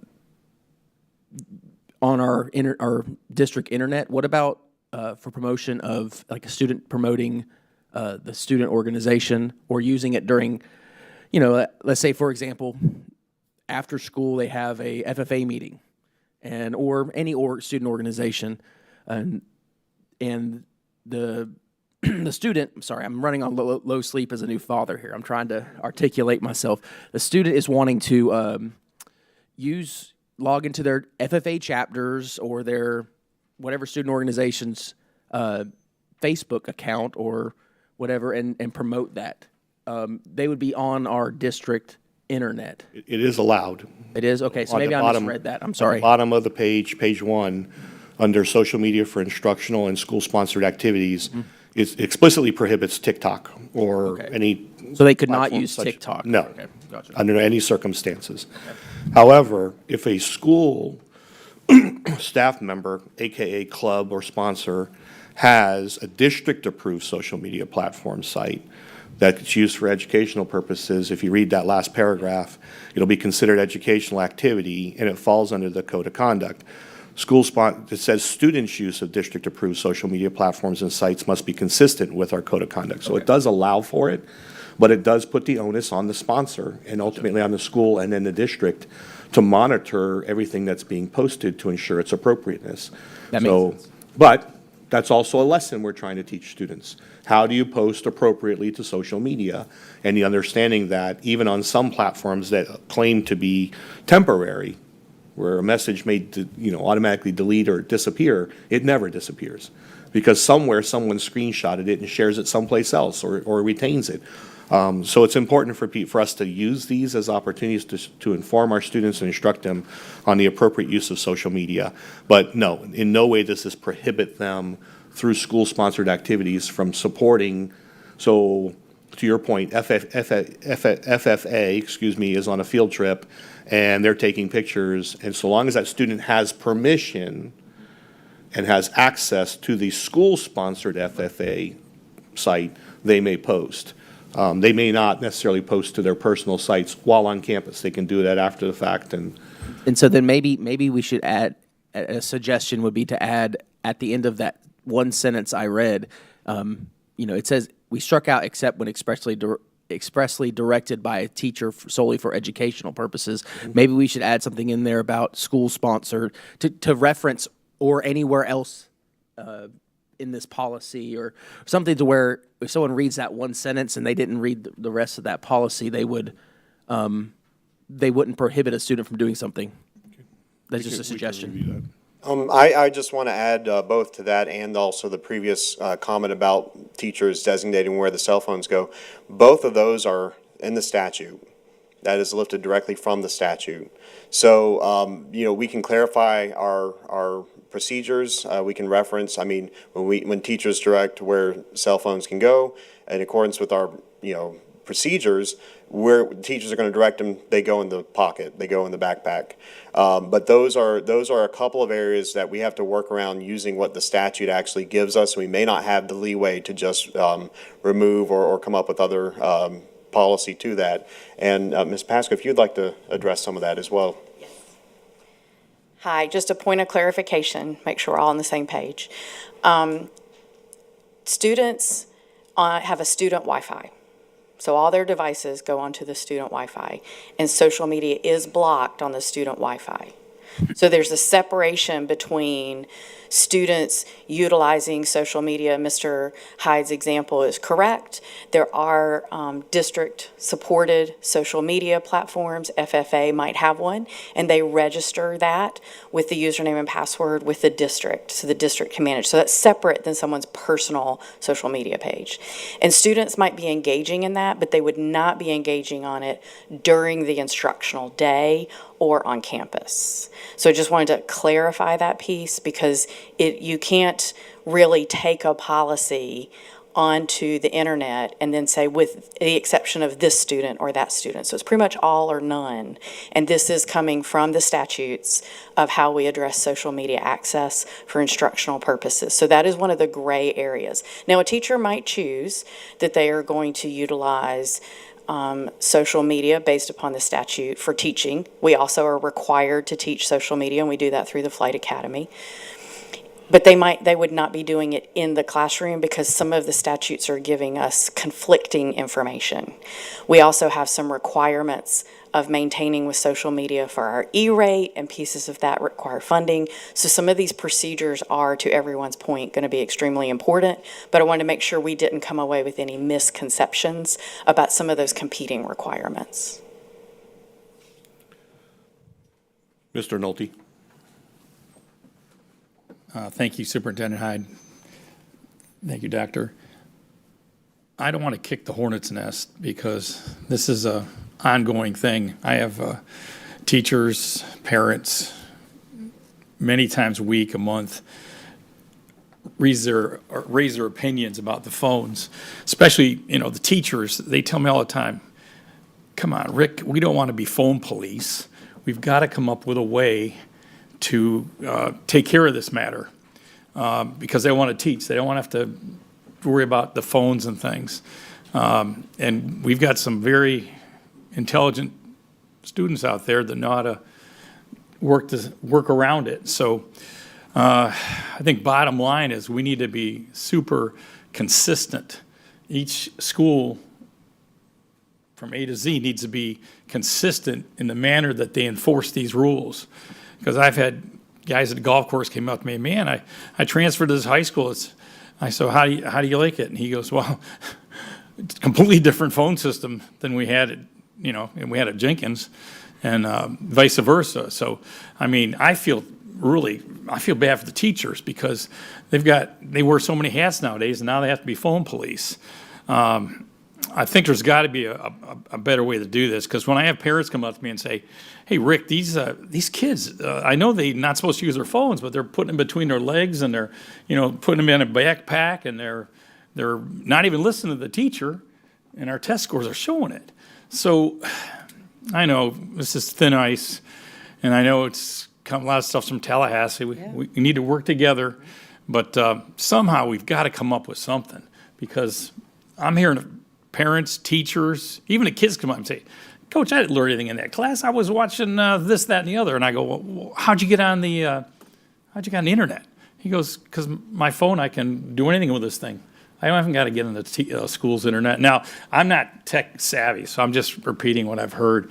But this is a wasp nest. We really need to come up with the best way we can come up today, and then maybe 2 weeks from now they'll come up with a better system. We can look at that. So I appreciate everybody's 2 cents. I appreciate all your hard work, and let's work together. Ms. Miller? I have one question about, you've made it pretty clear that the TikTok on our district-owned devices are not allowed. We have a lot of, especially athletics, when they're especially traveling to different events, they record and do the videos on their own personal devices and record and do it later. So I don't know that we've had an issue in Polk County with public school devices, staff being on public school devices with social media. I just don't want to end, whether it's Instagram or however they're telling their story. I know with this county this size, it's good PR for us to see the games that are happening in Miami or in North Florida and cheering on our teams. I don't want that to end, so I just want to be very specific. This is not using our devices on our internet to do social media posts about your events, either FFA or athletics. But this is not discouraging for the promotion of our staff, our coaches, or our club leaders to promote what they do all year long. They just can't do it in the hours of school on a school device. There's a difference between students and staff. Right. TikTok is not allowed for students nor staff. It's not allowed on any district device, nor on any district Wi-Fi. Staff have the ability to get to social media on the district Wi-Fi. Many times exactly for what you're talking about. Students do not. Okay. Does that answer the question? But it also allows staff to promote what they do on their own device, on their own time. Oh, yes, ma'am. We don't control from the district Wi-Fi. We're not controlling that, but there is also a policy for staff. If they needed to get on, there are policies and procedures for that. And then we, again, are not blocking social media. Thank you. Dr. Allen? You might have to come back to the microphone, maybe. So, social media is very vague in a sense, right? And this policy was probably written at a time where there were very minimal channels, Facebook and Twitter, I think, were referenced, and now we're adding TikTok. But you have other applications that students are, actively using in regards to communication. And I know from, a faculty position, GroupMe, for example. Do you classify GroupMe as a social media application?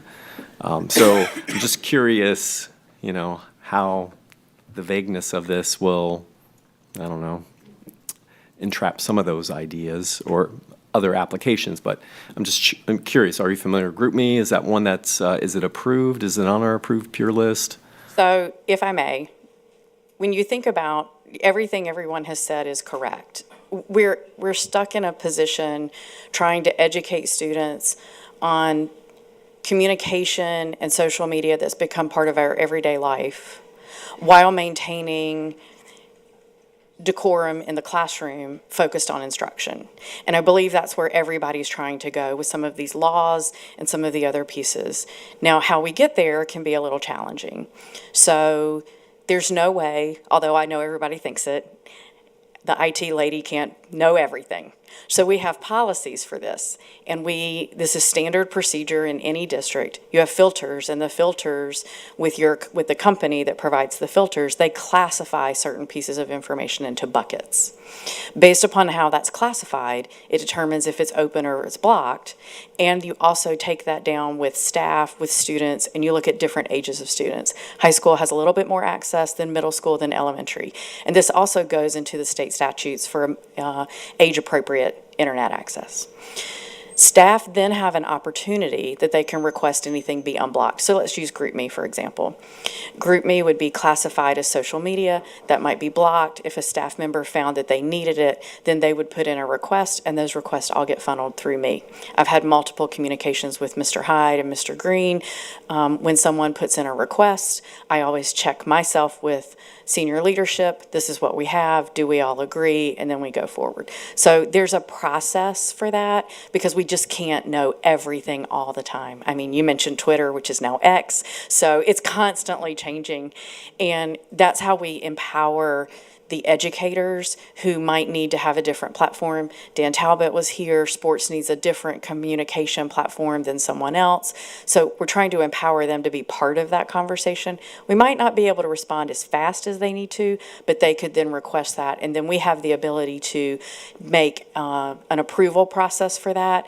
And although it might be blocked in the group, we can then allow it on top of it. Does that answer the question, Dr. Allen? Mm-hmm.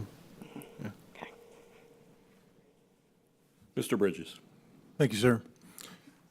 This is an area where it probably does us well to stop and consider from time to time that we are not alone in this challenge, that this is something that is being presented across districts and across the country. And I would respectfully suggest to you that this might not be an area where it is ripe for one district to innovate. This might be an area where we're going to be developing practices and policies, and we do so in the harness with other districts in Florida and across the nation, because there are going to be best practices that float to the surface. This is one of those areas where I think innovation, you've heard the phrase leading edge. I think this is one of those areas where more appropriately it might be referred to as the bleeding edge. There's going to be some pain as this develops.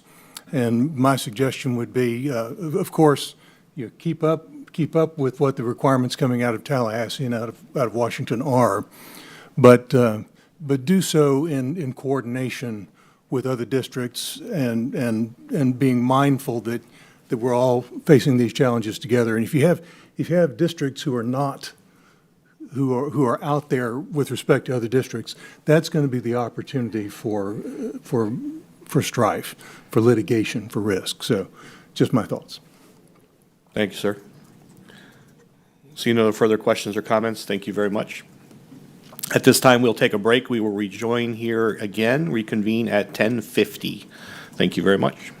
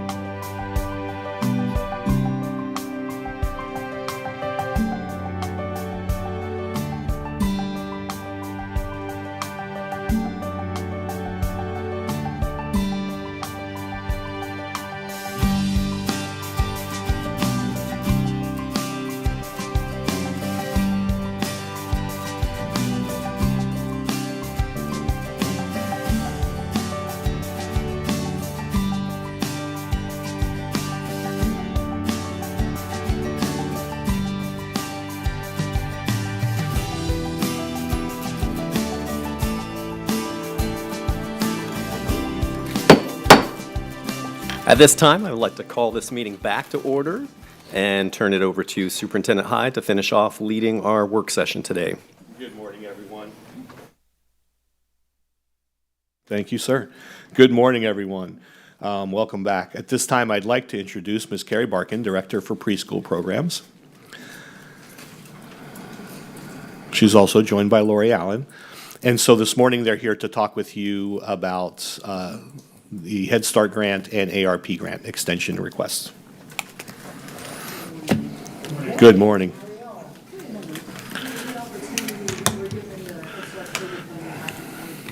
About $1,410,000 that we've slowly been drawing down and the changes that were brought about by COVID and Carrie, can you get closer to the mic? Just is that better? there you go. And improvements to the classroom. We spent $1,086,000. We have a remaining balance of $324,000 that was to have been spent by March of this year, and we did not spend that. And they gave us the opportunity. We were notified on August 29th that we could apply for an extension to give us another year. They did a big webinar. Multiple Head Start grants did not spend the amount of money and the time due to supply chain issues, other issues of things that we were purchasing. So we just need board approval to apply for the extension. Ms. Cunningham. Thank you. My only question is, in researching this and pulling up the actual letter from the School Board of Polk County, this might seem weird, but normally it's the superintendent's signature on items that require funding. I think that needs to be changed on the letter. It's a Head Start requirement that the board chair signs. We can add my signature to the bottom. I think that would be most appropriate. Thank you. Yes, thank you. I see no further questions or comments. Ms. Miller, we talked about the request for an extension of the grant period, so I want to afford you the opportunity if you have any questions before I move on. No, I sit on this committee and understood what we needed to do from this, so thank you for presenting. Thank you. Thank you very much. Thank you, ladies. Stick close, because the next topic is a good one, as you know. Board members, I'm excited. I'll be doing this presentation with some assistance, but preschool expansion. As you know, Polk County Public Schools continues to see our population grow. That includes those who are approaching eligibility for kindergarten. Kindergarten readiness continues to be a significant concern that we all face in the state of Florida. I'm paraphrasing, but I believe approximately only 40% of students across the state of Florida, or 40-some-odd% of students across the state of Florida, have access to a structured pre-K environment. And as a result, we see our kindergarten readiness scores actually reflect that our students are not prepared for kindergarten. They come in without the letter recognition, letter sounds, different types of things and skills that they need really to be successful in the classroom and to help our teachers ensure that they can master early literacy initiatives as well. To that extent, I'm encouraging, and I'm going to make a recommendation to the board here, that we consider a preschool expansion. Again, I have some quotes in here, but the most important part on this slide in particular is that Polk County Public Schools has approximately 1,000 students on a waiting list for pre-K. That's not just VPK, that's pre-K. And so again, with our growth, we're seeing an increased demand. I was tagged recently, we were just talking about TikTok a few minutes ago, and I was tagged on Twitter by two of our teachers who actually put together a video and were asking for preschool options for staff. And while it's an interesting concept and there's a lot more to be discussed there, we just don't have the available seats. I commend the board. Prior to my arrival, the board approved and authorized that for any new elementary schools that we consider the addition of a pre-K environment as well. And you saw that at Willow Oak, we saw that elsewhere. But unfortunately, Garner's a great example of a school where that got cut out of the budget because of cost overruns and some other issues with budgeting. And so, again, there are not enough consistent places for us to place students. And we continue to see, again, increasing demand and a longer waiting list. And we want to assist and address these issues because there's a strong and growing body of research that talks about early intervention versus late intervention. And early intervention is far more successful and quite frankly, I hate to bring this up, but less costly. Because the remediation and intervention strategies that we spend grades 3 and above to get students caught back up, There's billions of dollars being spent there, not just by Polk County. I want to make that clear. We're not spending billions there, but we are spending several $1 million there each year. So if we can get at these issues earlier and use the opportunity to also to identify any behavioral needs that our students have, any cognitive disabilities that he or she may have, and any other issues that we can assist our students with, just socialization. A lot of students get thrust into kindergarten not having really experienced a classroom setting before and may struggle with how to interact with their peers appropriately. And so it takes a considerable amount of time for our teachers to get them ready. You see here, again, there's some additional information here on this next slide that talks about I can't tell if we're on the right slide or not. Oh, there we go. About the 4 areas that students really would benefit from in a pre-K environment. Obviously, it's language and literacy development, thinking skills development, self-control, self-regulation, and self-confidence for our students. And those are important things for our children to have opportunities to.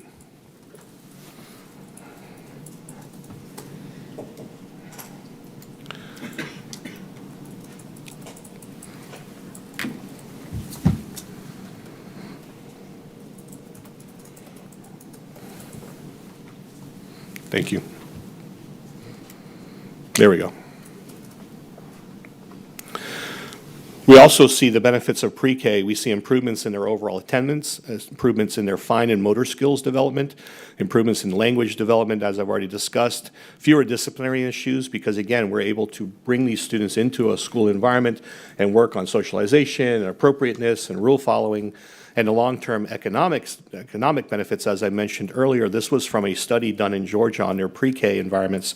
They saw significantly reduced costs associated with DJJ and students entering that prison to school or school to prison pipeline. They also saw a return of $3 to $5 for every dollar that they invested in the preschool setting.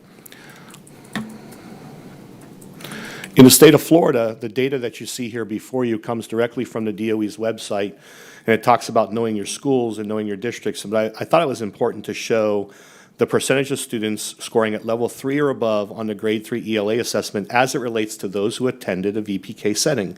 And you see here that they outperform their peer groups considerably. And so that this has been a consistent number, but again, unfortunately in the state of Florida, due to the lack of opportunity, and those opportunities are sometimes lacking for several reasons. Number one, economic access, or the economic barrier for families, because pre-K and environments and VPK environments can be very costly. We have limited space. As I mentioned, we have 1,000 students on our waiting list, even though we partner directly with the Early Learning Coalition, for which Carrie and Lori both partner with me. I sit on the board. But we partnered with them earlier this year, and we were able to place 500 students into their environments.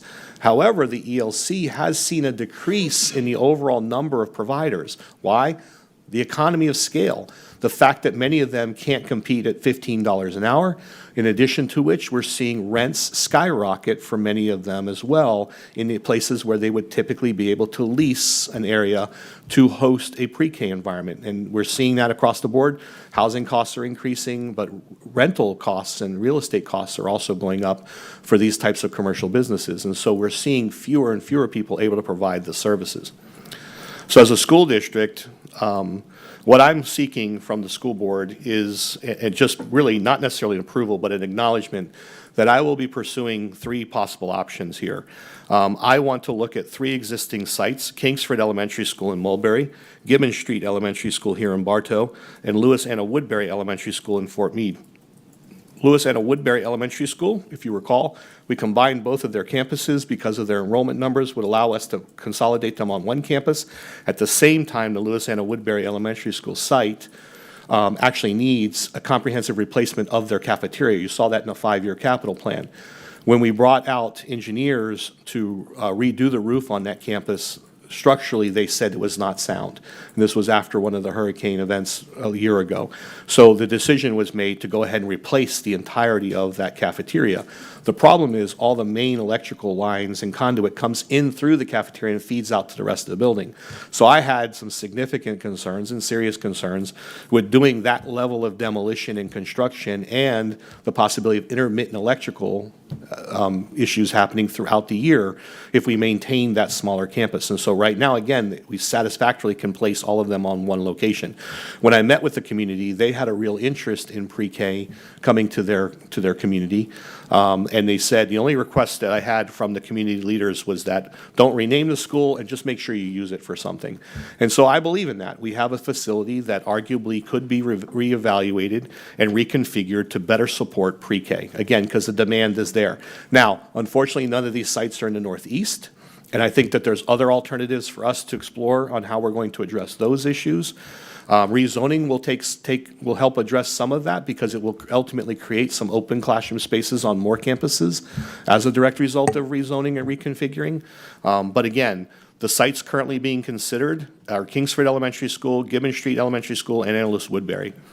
We would, there are options here. We could operate the sites ourselves as we would a traditional school setting. We could partner with the Early Learning Coalition, and essentially we would operate the facility, much like we do with some of our charter schools. We have the facility, and yet they're contracted to deliver the instruction.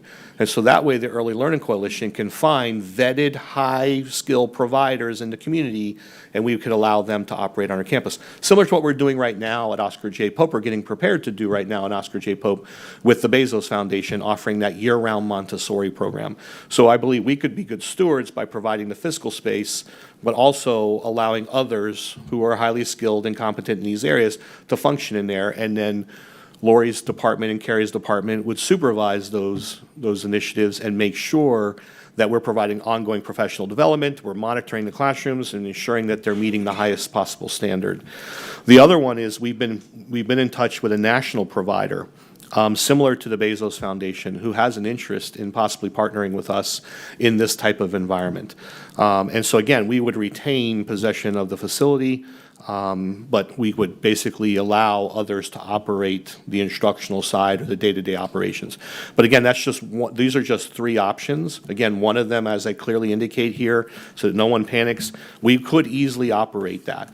There is some difficulty in that right now because it is a highly competitive environment and staffing shortages exist in the pre-K environment as well.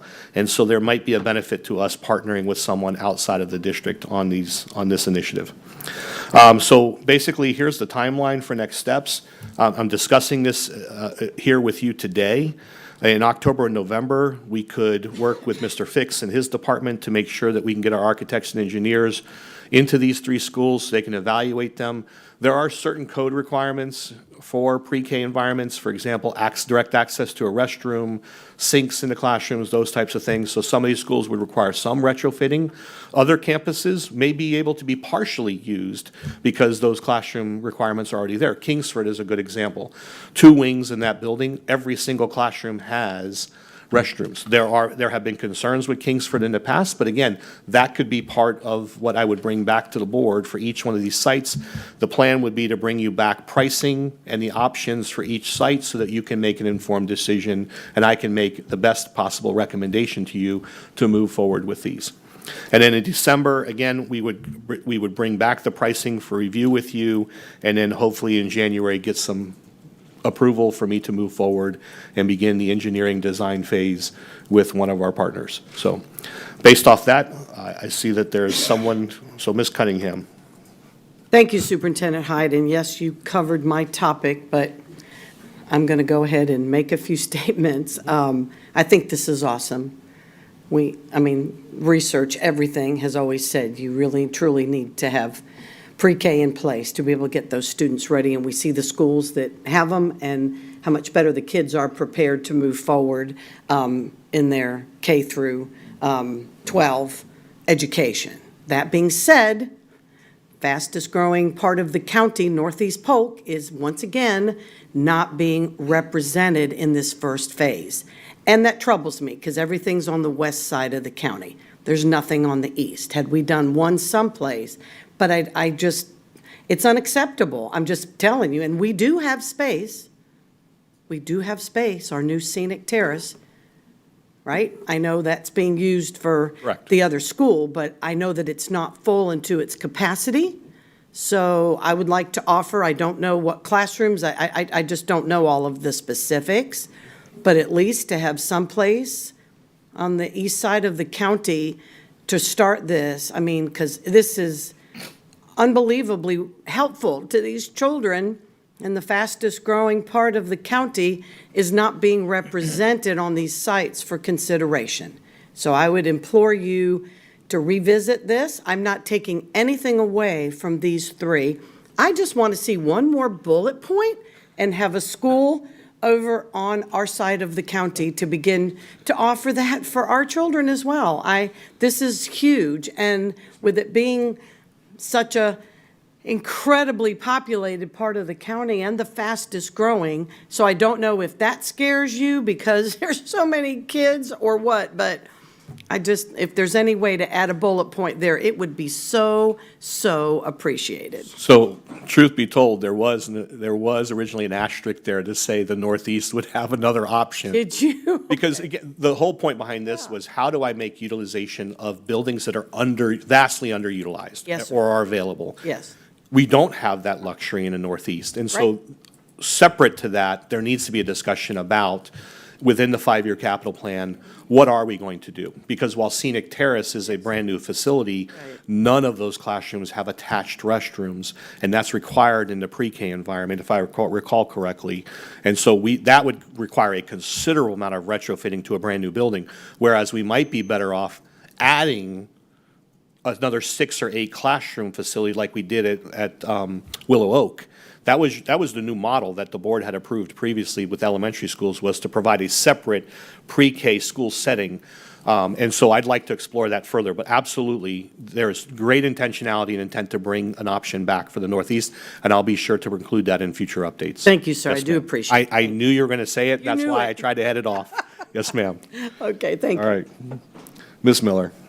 I have a couple of things. One, partnering with any third party, second party, I would like to see the cost of what that would be. I agree that it would be very difficult for us to undertake that and recruit with the lack of teachers that we have now. To take that challenge on would be difficult, but if there's a huge cost to it, we might have to get creative with how we're doing that.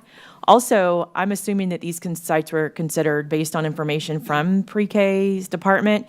District 7 is also, like the Auburndale area, none of those are close. You have 3 that are all in the same area, and that might be because they've shown a high need, but I would like to make sure that we're meeting the needs across the district with the sites. And I agree with Ms. Cunningham that her area is the largest growing, and I would see the need for them probably rising close to the top. Mulberry is a very high population of people who do not have access to pre-K, so I definitely understand that area as well, and Fort Meade's so rural. So maybe this is, if we based on data, these is why these were selected, but I would be interested in what the other side of the district looks like.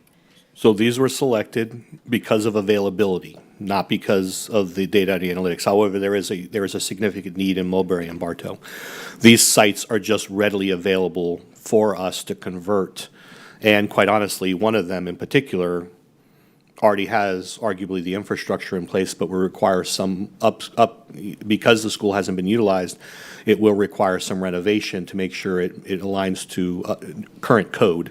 And then it would require some beautification. So do you do a $3 to $7 million investment in an existing facility, or do you go out and build one for $40 million? I mean, the costs are exorbitant right now. And so we want to be somewhat careful, but you're absolutely right. The whole intent here is to find how do we expand pre-K options across the district so that we can provide a more equitable opportunity. Costs associated with this, if we were to operate it in an attempt to staff it, we would have significant costs associated with this that are not going to always be offset. However, this type of agreement, should we go into a partnership, and I'm not encouraging it, I'm just simply addressing the question, we would only have the operational costs. We would not have any of the staffing or the benefits or those costs associated with it. So currently we operate these 3 sites now. As far as air conditioning, electrical, mowing the lawns, maintaining the roofs, all those things. So we have no additional costs beyond what typically we would incur. And if we were to enter an agreement, that would be the agreement I would pursue, which is you're assuming all of the instructional and and, those operating costs, we will maintain the facilities costs as an in-kind contribution to offset. So, but again, I think it's important for us to bring back the specifics once we get further down the road, but I did want to get tentative approval or direction from the board to go ahead and keep moving forward with this. And I do have a question. Do we have to use I mean, I know there's school buildings, but we have buildings. East Area Adult School is a building. Those buildings next to Crystal Lake that have housed Real Academy and things in the past, those buildings are not used at capacity as well. So I think we may have, I don't know that we can fill them all, though, with staffings. There's a lot to look at this, but I would definitely, we should have started this a long time ago with the growth, I think. So I definitely support looking at this and just making it equitable across the district. Thank you. Thank you. Mr. Sharpless. First, want to say the data that you provided from the state shows a real clear need why we need to do this. I will also tell you, during my campaign, I looked at Polk County's kindergarten readiness scores in particular, and we're consistently, throughout the years, 5 to 10% lower than the state average. So Polk County needs more VPK. We need more. It's undeniable that we need more. I do like the fact if we start offering these, even if we're partnering, we can control more of the testing on the kindergarten readiness, so we can at least have people that we can trust doing the testing on this, so we know it's accurate. I do want to echo both Board Member Cunningham as well as Miller's comments. The East Side is a desperate need. From my background in career tech education, a suggestion potentially when we build, we're going to talk about this later, the school out in Hatchenhaw, is to potentially create an early childhood academy. I've seen that in some other high schools where actually our students are receiving certifications in early childhood, which helps prepare them for employment. But we also can run an early childhood center with that. So it adds additional capacity if we could potentially build that into the new high school that we build. But that's a long term. That's not happening right now. So we need something to address now. But then also, I think, just a suggestion for the future. Definitely need it on the East Side. That's all I have. Dr. Allen? Mm-hmm. Thank you, Superintendent. Obviously, there is, in a sense, a problem, as you noted, in regards to the demand that's out there and the extensive waiting list. So I appreciate, your noting the research along the way as well. I would love for you to share the Georgia research. Would love to dig into that and to understand that. I don't know if we have in our AGIS system currently where our pins are around the county in relation to where the current programs are, and then heat maps on the pupils that are being serviced around the county. It'd be interesting data to look at as we move forward and make these decisions as well. And then I was looking, just trying to see what the forecasting looks like as well. Does the state do forecasting for pre-K? I think they do, right? For pre-K enrollment? Yeah. Not that I'm aware of. Come on up, Lori. Mm-hmm. They do birth tracking, but even locally, we don't get accurate data on birth rate. No, I don't have any of that data. We just have the data that we've collected ourselves. Mm-hmm. So I can tell you right now, currently, we have 942 enrolled in Head Start, and that's within 23 schools, 53 classrooms across the district. We have, right now, we're currently serving 352 in Title I. I believe that's 21, 22 schools. There's 2 schools that have 2, but most of them are one classrooms. And then the other is the VPK. We're serving about 535 kids across the VPKs. Most of those are on magnet schools or schools that are not Title I. So we have right around, close to 1,800 kids that we're serving total. I believe there's 6 elementary across the district that we're not in, primarily because there's not space for them. So we know that, as Mr. Hyde said, we've sent about 500 names to the ELC that have been sitting on our waiting list. We have well over 1,000. And we sent about 500 over, but most of them were on the east side because we have waiting list 130, 140 long for 18 slots. So that is a significant problem for us, but I can only go by what our own data here. We typically enroll 6,000 to 8,000 kindergartners every year, which means there's 6,000 to 8,000 preschoolers sitting out there somewhere. Yeah. All right. And it's just growing exponentially, especially on the east side.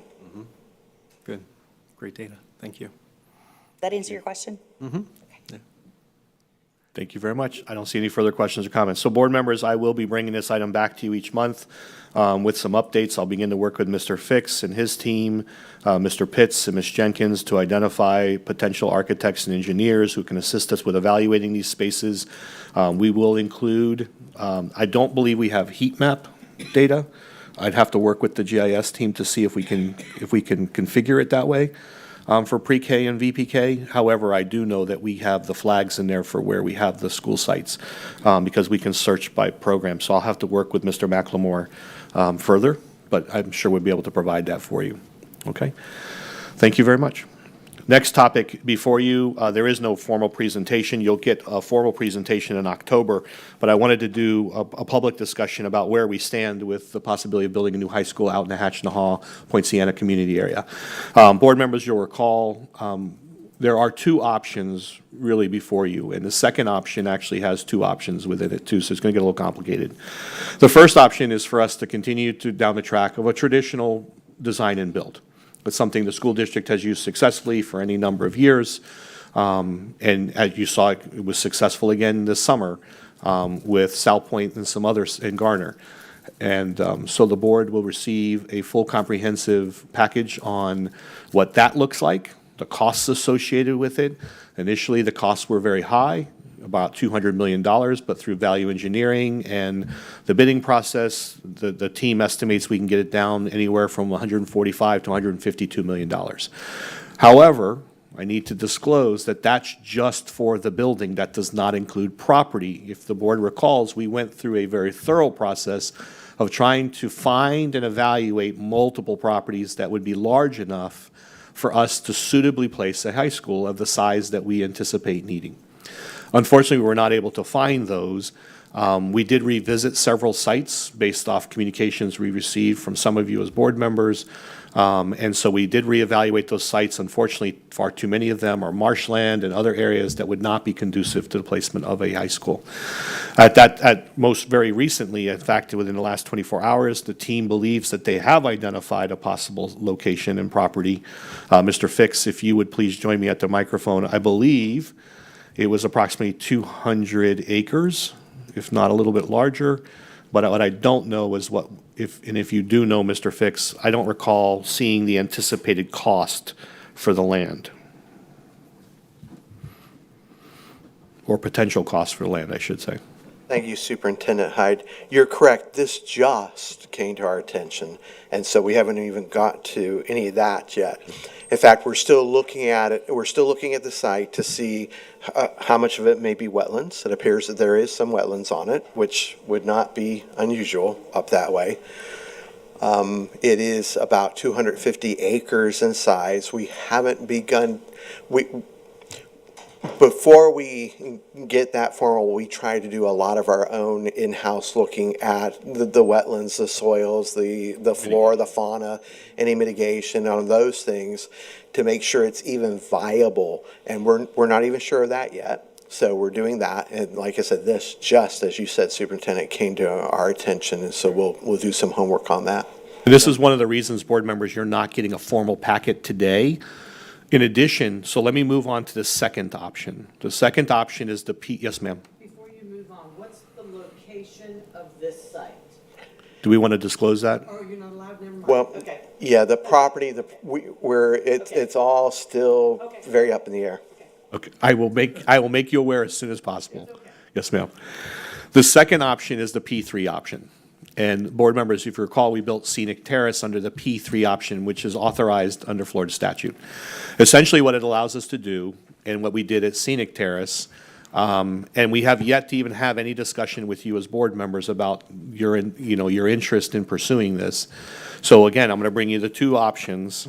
One is a traditional build, design and build. The other one is the P3 process. The reason why you don't have a formal packet before you today is we're still in discussion. We received formal presentations from that group, formal documentation from that group who has submitted under the P3 option, and we have subsequently been communicating with them for follow-up questions.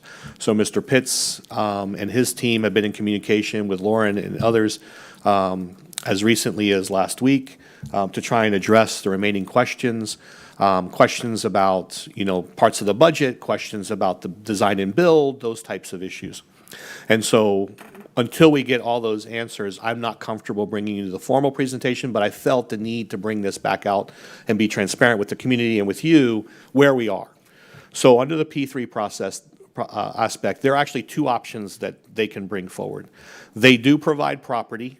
They do have land that they have temporarily put a hold on that could adequately meet the needs. That, if you recall, going back to the prior conversation, the Hashtag community felt very upset that we were potentially building on the Baxter property.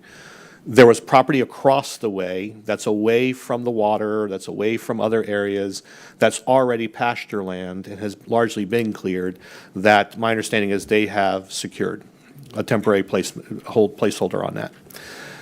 So their proposal will include the land. We have asked them to price it out separately so that the board has complete transparency in what we're paying for the building, what we're paying for the land. So we've asked to do that. The second part of that option, again, it gets a little complicated because we can procure and just go a traditional format where we would borrow and pay or use impact fees and other fees to pay off a majority of it and then borrow against the rest and enter into a traditional repayment schedule, or we can do the lease-to-own option. At the price point, that may not be something the board's interested. I can't speak to that. You will have to make that decision. We will do all the financial analysis behind it. I do know that the financial analysis behind Scenic Terrace has shown, and actually I had somebody stop me the other day at a community event and said, you can build as many of those in our community as you want because it was a considerable tax savings. And because this is one of our larger bankers in the community who looked at what we're paying for that facility versus what a 20-year traditional mortgage or purchase price would be for us. And actually we save a considerable amount of money.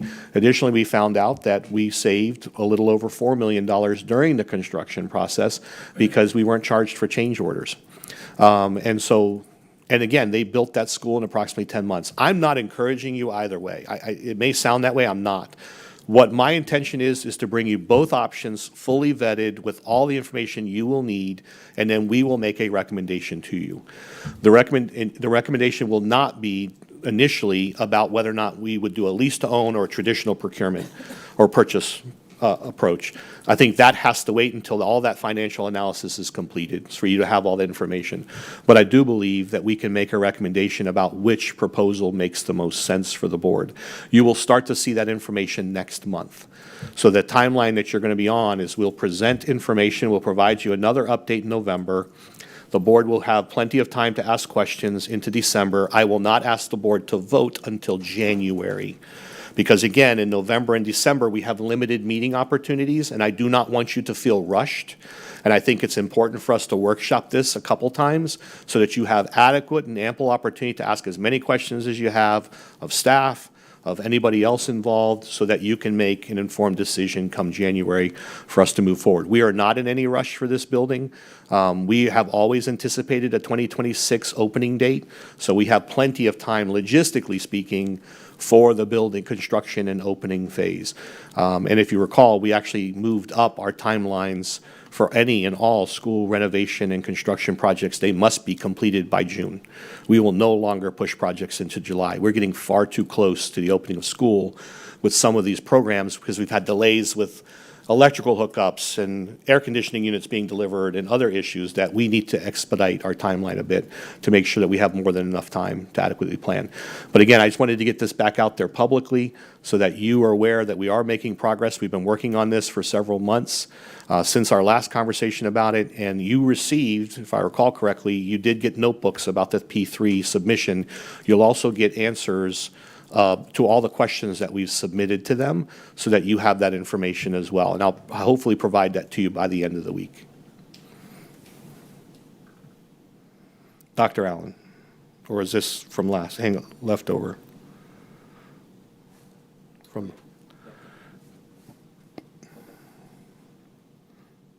Thank you, Superintendent Hyde. I want to go back to what was brought before us, just for sake of transparency as well. When something just appears, can maybe we clarify, like, how would that typically unfold in regards to like another property option? So yes, we can't disclose that information to you today because they just identified the property and became aware of its availability yesterday. So there's a lot of information that our team, literally yesterday, I got a text last night saying we found a property, potential property. And so they need to do the evaluation. That's why, again, you're not hearing about the specifics of that property because we have to determine what percentage of it is actually buildable. Each time the board has been presented with a high school option, we have found that a large portion is unbuildable due to marshland or other types of issues that we have to address. And remediation and mitigation are big concerns too. There is a benefit to the pasture land. If you recall this conversation previously, the pasture land versus the Baxter property, for life of me, I can't remember the other name it went by, some ranch, and I apologize, I mean, no disrespect, I should probably know that still, but I don't. The concern with that was it was still largely wooded. There's a lot of scrub property in there, so it would impact potentially some of the concerns that the community brought forward was the impact, the environmental impact, right? The scrub jays and other issues, and I believe they identified 12 potential species, endangered species, that we would have to mitigate, everything from gopher tortoises to a Florida panther. There was a black bear that was on the property and seen on trail cameras and things of that nature. So there's a lot to that, so that's why you're not seeing that, but yes, you will get all the information about that potential property. That's why you have an appropriate timeline. I feel you have an appropriate timeline to get all the information and ask all the questions that you need to ask. Mm-hmm. Mm-hmm. And how does that timeline impact the P3 option? To my knowledge, it has no impact to them. They did, I believe,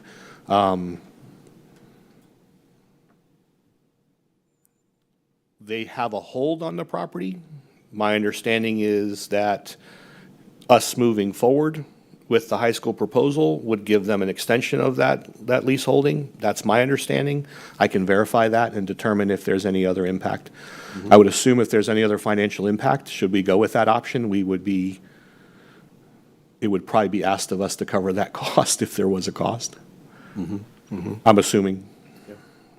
I'm excited to hear more about the considerable tax savings that you noted, and who the banker was and their analysis Absolutely. on that. So I'm really excited to hear more about that. Absolutely. Ms. Cunningham. Superintendent Hyde, couple of things. Okay.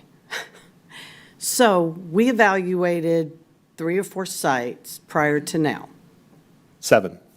7. Okay. So there were some I did not even know about. That's fine. So the only one that has remained on the radar is P3. Because, number one, the cost effectiveness of it. Number two, the ability for them to get in and get the job done in record time frame, which is being talked about throughout the state of Florida. And thirdly, their relationship with the district and the community that they're in.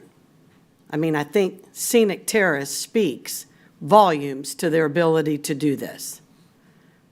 So my question is, if there were 7 to start with, they have actually come in and proven themselves as, here it is, and as you indicated, a banker expressed to you that this is quite a financially feasible direction for a school district, considering it's taxpayer-funded ultimately. So it's us being good stewards of that money. And all of a sudden, last night, location X, whatever it is, comes in. I don't understand why we're now all of a sudden jumping to evaluate 2. Why aren't we just moving forward with, throughout the 7, the one that moves forward? I don't understand. Can you explain that to me? We have always had the original design and construction proposal on the table, always. We had never agreed to review the P3 until we had proof of concept. That's on record, stated multiple times in school board meetings. Okay. So we didn't have proof of concept with Scenic Terrace until just this summer. Okay. And so they resubmitted their proposal. So we are considering it. The board authorized us to move forward previously with the traditional design and build process. So that's why they're running concurrently. And so that's why the board ultimately I will bring a recommendation to the board as to which one makes the most sense. But again, in full transparency, I wanted to disclose, originally, for the traditional design and build process, we did not have property. So the costs associated with that would not include those property costs. And then again, by luck, we found a property yesterday, landed in our laps, apparently, and I was made aware of it last night. And so I, again, in full transparency disclosure, I want to make sure that you hear that. But I know nothing about the property. I don't even know if it's buildable. I think Mr. Fix addressed that. I don't even know, from a cost perspective, if it would make sense for us to procure that property. Okay. So, But it is different than the other 7. oh, yes, ma'am. Okay. It is unique and different from the original 7 that we Okay. evaluated. And the several that had contacted us, we did get back to did them? all- yes, And we ma'am. did all the due diligence on those as well? Mr. McLemore spoke several times with that gentleman in particular who Thank you. contacted you Okay. about adjacent properties. Yes, ma'am. Sure, okay, Yes, great, thank you very much. You're welcome. Mr. Sharpless. My question is, you mentioned that this was going to come back before us in November. However, we have a work session on October 10th and a work session and board meeting on October 24th, and I'm curious why it couldn't come before us in either of those October meetings rather than wait till November. It may. It depends on whether or not we have all the answers and the analysis concluded. So I will not bring the board half the information again. So I think it's imperative. I wanted to bring this topic publicly again so everybody knows where we stand, but I will not commit to a timeline that I don't feel that we may be able to meet. So the second meeting in October might be doable, but to get them, it will not be brought back to back. As far as the board getting it in October and then the second meeting in October being asked to vote, I won't do that in good conscience. I think there's a lot of moving parts here. We're going to break it out by different topics and allow the board to review those and then make an informed decision based off our recommendation. I'm not in a position to make the strongest recommendation right now because I don't have all the information. So the reason you're saying is that the analysis will not be able to be completed? Is that what you're saying? I can't say that it will. Do you know about how long that'll take or no? I don't. Okay. I don't. Because again, we're still, as recently as last week, we were in conversation with the P3 group or the P3 submission group to make sure that we got all our questions answered. And then that's going to raise other questions. So this is an ongoing dialogue. And I can't speak. Mr. Pitts unfortunately was detained this morning and won't be here with us. So I haven't gotten an update from him yet this morning. So. Okay. All right. I was curious. If the timeline will permit, I'd be happy to modify the timeline and bring it to the board sooner. Okay. Thank you. Yes, sir. Ms. Miller? I appreciate the informational session. I think it's a little bit along the lines of what Ms. Cunningham was saying for this project and future projects.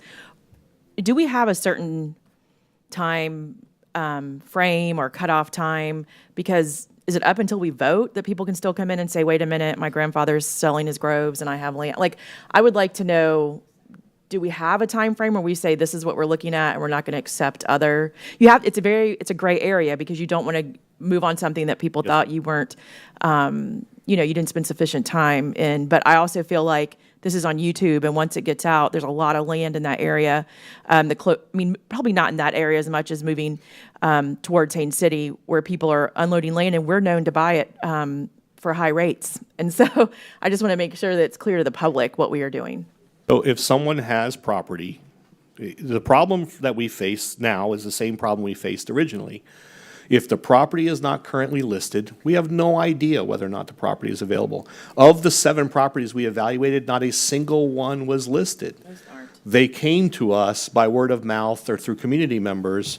And so that, I would be honest, I think we're always going to consider those properties. But by the time I bring this to the board, you will have 2 options. And my hope is that we will have a property option for the traditional design and build for you to make a balanced decision. In the absence of us securing property for the traditional design and build, I have to be honest with you, I can't lean towards that option because we don't have a place for it. So that makes that difficult. That's why the timeline right now is important, for us to make sure that we have all that information to you. But as far as how, when can somebody notify us, or when will we tell them we're no longer interested in evaluating new properties?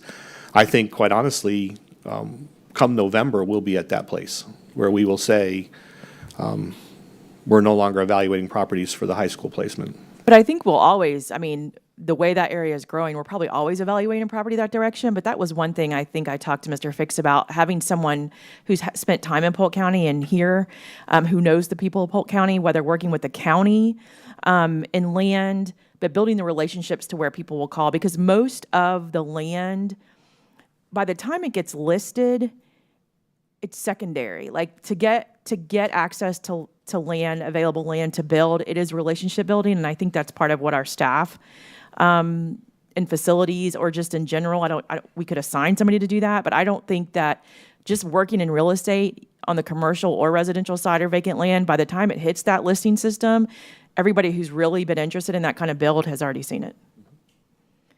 Thank you. Yes, ma'am. Dr. Allen?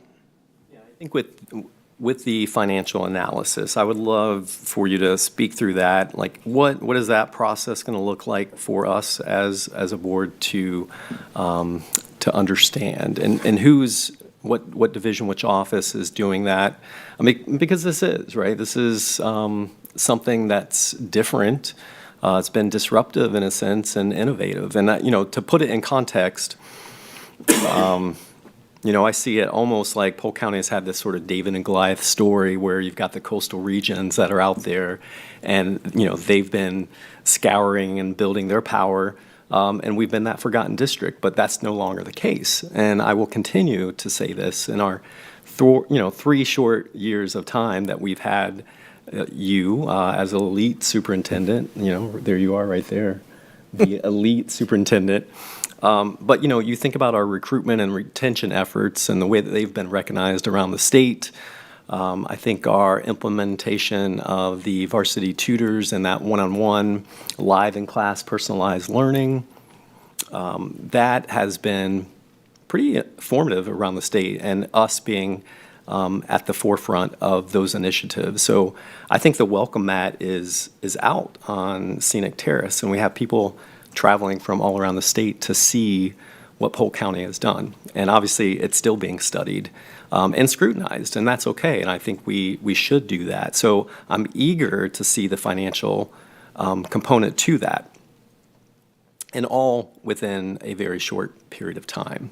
So if we're seeing, as what the P3 document says, a 20 to 25% cost savings to our taxpayers, I'm going to support that.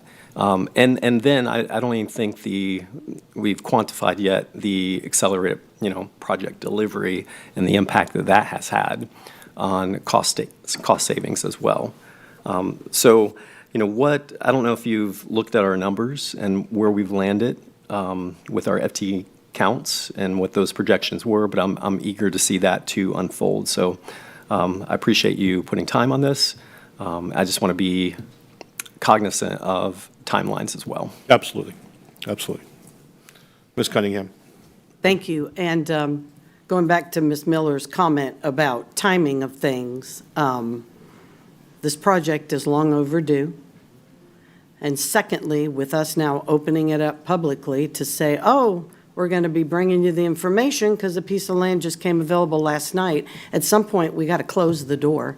And I'm saying we need to close the door only on property for this site. I understand others may come forward with an elementary school, middle. Okay, we're going to always evaluate. But at some point, we got to close the door and say we have 2 sites, 2 projects, financially evaluate them, and move on. Because if not, you're going to get one tomorrow, and the next day, and next week, and next month, and then here we are going to be waiting another year before we even talk about this again. And I think we don't have that time. That area is growing, we know, leaps and bounds. All of our high schools over there way overcrowded. We already know. So I implore you to close that door for this project. If you like that piece of land, wherever it is, fine, move it forward, give the 2 alternatives, and at least for this particular project, let's evaluate just the 2 so that we can move forward. Thank you. Yes, ma'am. I don't see any further comments or questions, so we'll move on. Last item in the superintendent's report is the year in review. So I'll ask, I see it up there. So unfortunately, I do not have it on my desktop, and I, at the age of 53, cannot read that from here. Written? I mean, So- copy of this so we can follow along? Yes, ma'am. Because it's not in It's our on there. You backup. want to, is this? Yeah. In the backup. I don't have it. It's not showing up on my board docs. It's not in my board docs either. I'm gonna, well, it may have to refresh. I apologize. We go into a presentation mode, we can all see We it. can all see it. Yeah. Can you can look at mine. Yeah, if you, on your monitor. Yeah. Yeah, it's not, you don't have a copy of it. So where we going, presentation? Yeah, click presentation. and it'll be open. Okay.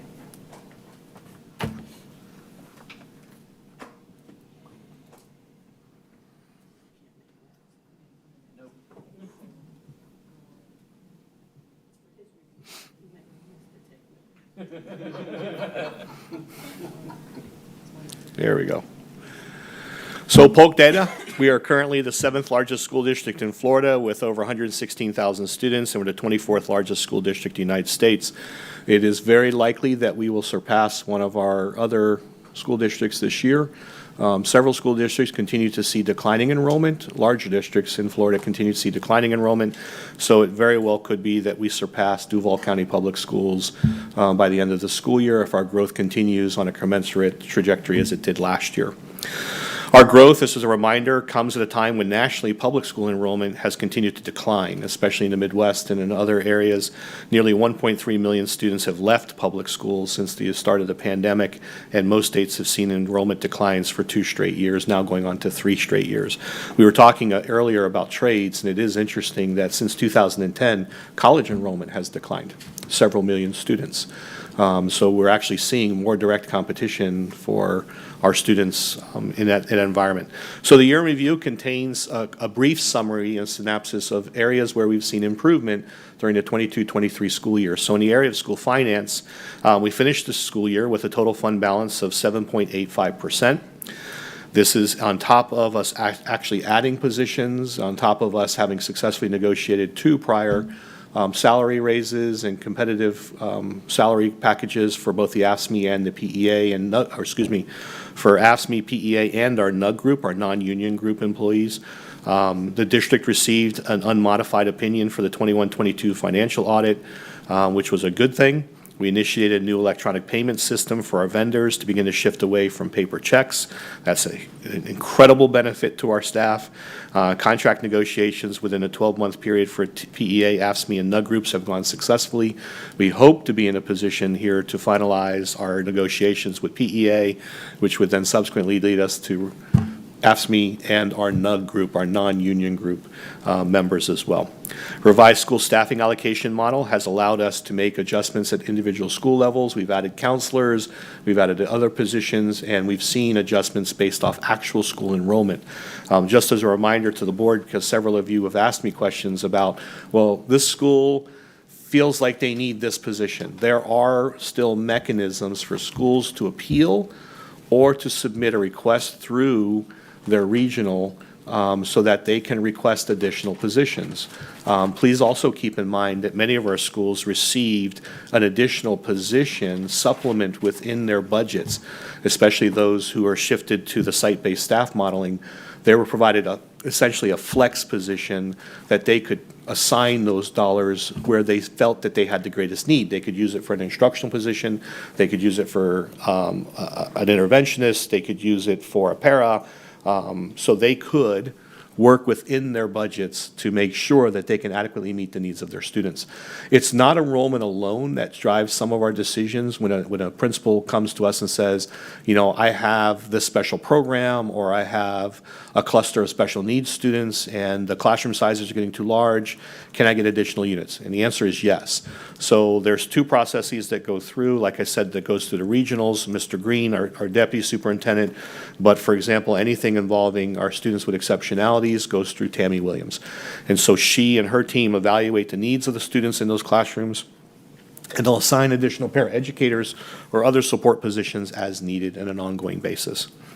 And so that's important, that the staffing allocation model provides the base allocation. Now, if they don't hit their numbers, then yes, schools will lose positions, and those positions will ultimately be reassigned elsewhere to other schools. If I recall the number correctly, after 8-day count, we had a total of 41 positions that were being freed up from certain schools, and ultimately will be reassigned, or are in the process of being reassigned to other school sites where enrollment may have grown or may have been higher and they have existing vacancies. So again, no one's rift, there's no reduction in force, no one's released, everyone's simply reassigned to another spot. And HR works with them to make sure that it's convenient and, you know, close to home, those types of things. We want to be respectful of our staff, but again, staff work for the district, and we have to reassign based off actual enrollment numbers primarily. And then again, we do take into consideration programs and others. You'll recall that previously when magnet programs were launched, we provided attractor units. The purpose behind the attractor unit was allow the school to essentially have a magnet program that operates as a school within a school, because these were not school-wide programs. So they operate as a school within a school, and then the intent was over 2 or 3 years, they would actually attract, that's why they're called attractor units, they would attract additional students that then, therefore, they offset the FTE cost to the school district. We have found, by and large, that has not been successful. And so in the future, we will be reevaluating those attractor units and those programs to determine how we would best adequately fund them. But that's next step. Initially, the goal for this year, for last school year and going into this school year, was to create a better standardization of positions. Board members, you'll recall that when you approved the school allocation model, that we went to a funding formula that was equitable for all levels. So we do not have elementary schools with 1,800 or 1,200 students, let me rephrase that, with 1,100 or 1,200 students that only gets one school counselor now. They actually get multiple. So there are triggers in there. And if a school is right against the number of 750, again, we take into consideration other factors, and then ultimately we can approve additional positions.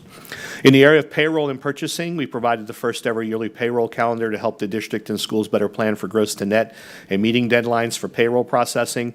We've also put additional measures in place through Mr. Green, the deputy superintendent, and our regionals to ensure that we are reducing the number of errors that we're having in payroll. We continue to see, and we have identified some of the root causes for that. Board members, you may recall, veteran board members, you'll recall that we had an employee come to us who had been receiving a stipend while a middle school employee that never existed for middle school staff. And yet this employee received it year after year after year. And so part of that was the coding issue, and we have fixed and identified that. We recently came across this situation again with what we call, again, we're cleaning up our terminology. We call them administrative assistants, but they're really deans, right? So and board members, you hear this all the time. When we talk about promotions of our administrators, we talk about an administrative assistant being promoted to an assistant principal. And, you know, every time I heard that initially, I'm like, we're moving somebody from the clerical secretarial pool to a school-based administrator? No, it's a dean position. So it's sometimes it's just the phrasing that we use. But we've really been intentional there to ensure that we are addressing these issues with them, because what we have found was, while there was a supplement specifically stated for high school, the dean's supplement at other levels was not explicitly stated in our PEA agreement, and yet Some schools were paying it, some schools weren't, because again, the code for administrative assistants was available to all schools K through 12. So it's a little convoluted there, but unfortunately, we found inconsistencies. So we will be coding those slightly differently, but this is something that we're finalizing through negotiations right now. But we've reached a tentative agreement. I feel comfortable saying that, yes, if you're in that role, you're going to get the stipend or supplement for that role because you're performing the duties and responsibilities. In purchasing, we also have a new verification of employment process that ensures a turnaround within 7 days. We've really worked with HR and payroll to make sure that we're expediting our hiring. This year, just as a reminder, and I sent you the recent numbers, the number keeps ticking downward, which is a positive thing, a number of vacancies. We have fewer vacancies this year than we've had in the last 3 to 5 years. Open vacancies. And yet, we grew almost 7,000 students last year. So without that growth, we would be fully staffed right now. And so again, we continue to try and be competitive and do things that will lure and help us retain. And our retention rate continues to be in the 80th percentile, and I'll provide you some data about that in the near future. But we've been very adamant about reducing the time it takes for someone to get hired. The only delays that we ran into this year, unfortunately, with the fingerprinting, and you heard about this at the most recent board meeting, were not a result of any delays in Polk County Public Schools, because any potential candidate can go to a UPS, a sheriff's office, a law enforcement division, or come here to the school district to get their fingerprints done. It was the processing at the state level, because the system went down for about a month at the state level, which created a significant backlog. If you think that we process a little over 1,000 new employees every year, now multiply that across 67 districts, of which we're not the largest, and the number of employees that have to be vetted and reviewed before we can allow them to have access to our campuses and our students. So again, those delays were not created by us, but we have done a good job in reducing the amount of time that we take for processing and hiring. In purchasing, we created a single repository centralizing all bids and proposals. We are also working in purchasing through the Office of Diversity, Equity, and Inclusion with Dr. Adrienne Anthony. We're reviewing our district policies and procedures. Many of you have expressed to me concerns that many of our local construction or other contracted services providers are typically feel like they're excluded or do not have a fair shake in the bid process. So we have been, Dr. Anthony's office has been reevaluating that, meeting with individual departments, reviewing our policies and procedures, reviewing board policies as it relates to this topic, and ensuring that we're putting those things in place. And you'll actually receive a presentation and an update about that here in the next month or two. We created functional reports to show bids due for evaluation over the course of the coming year. We created a furniture stock program to help expedite occupancy of our portables. We did also this is unrelated to purchasing, I'll come back to that when we get to facilities and maintenance, the topic of how we're addressing timelines to ensure that we're prepared for the start of school. Federal programs and grants, this $2.6 million is actually low. If you recall, between the MSAP grant and other grants, our competitive grants, again, those that we actually have to submit an application for, and we're truly competing with other school districts or other states with, we've actually exceeded $5 million, $6 million again this year in those areas. And so that's important because that's new revenue that we bring into the school district. So it's highlighted because you'll receive an updated figure here as it relates. Since over the first 3 years, we've brought in, if I recall correctly, close to $30 million in additional revenue just through competitive grants. And that's not ESSER dollars, that's not ARA funds, none of that. These are grants, again, that we compete with and outcompete other school districts and other states to get access to. 3 staff earned their designation as return on investment professionals. This is important because we're doing more internal analysis. I know Dr. Allen's going to be thrilled to hear this. What is the ROI we provide to our taxpayers? We did the efficiency audit that showed that we are incredibly efficient as a school district. However, how do we continue to demonstrate to our taxpayers that we are providing the best possible return on investment for their current tax dollars? Part of this is by embedding these individuals within our organization who then evaluate our programs to ensure that we're doing a good job. And you'll find here in the second part of that first bullet that their first project was the evaluation and the impact and tangible benefits and the ROI of the Teacher Engagement Ambassador Program. which reflected an ROI of 80% during the 21-22 school year. So that's a very positive affirmation for that program, and it's showing that the investment that we're making in that program is paying off. We're able to retain more of our staff, we're able to reduce the number of vacancies, and as a result, that benefits our students and our community. The Federal Programs and Grant Management Department successfully completed for the first time a district-wide comprehensive needs assessment. All school and district level initiatives included in the Florida ESEA 23-24 consolidated grant application respond to areas of greater needs across our district. So rather than having an organization that says, okay, we've got access, I'll just make up a number, we've got access to $300 million. What are we going to do with it? What have you always wanted to do? Well, nobody cares what you want to do in the superintendent or cabinet's office because our connection to the school at times is not where it should be. We needed to make sure that we did a comprehensive needs analysis to identify where should these dollars be spent versus where do I have a pet project where I'd like to spend those dollars. And so it was very important for us and for that team to conclude that needs assessment so that we knew we were allocating funds adequately to each one of those areas. HVAC is a great example. We're replacing over 1,000 Scholar units this year, or over the course of this year and into next school year, which had already been in planning to make sure that we're addressing some of our older facilities, and that will address AC issues moving forward. But more importantly, they also have energy efficiency upgrades that are included with those. They also include better biological filtration and other factors that will help us improve the overall health within the classrooms, because even outside of an endemic, you still have cold and flu season, which runs rampant in every school district every year. And so if we can do anything to help improve and reduce things that are in the air that could cause our students or staff to feel sick or ill, we want to make sure that we take care of those things. We provided over $1.4 million in USIG grant funding towards stipends for highly effective and effective teachers and administrators at our most fragile schools. The HEARTH program identified 4,800 students as experiencing homelessness and provided over 11,000 services to help support those students, and that's still not enough. That number continues to grow, especially now in this economy, but also with the number of people moving here to Polk County. We're finding the need continues to grow. As you heard today, we had two great partner agencies that presented today, and yet to date, I think you have met with well over 30, almost close to 30 probably, of our community partners, and yet there's still a need out there for our students and our families. The Migrant Education Program identified almost 1,100 migrant students and provided over 4,800 support services and over 6,000 hours of additional instructional support.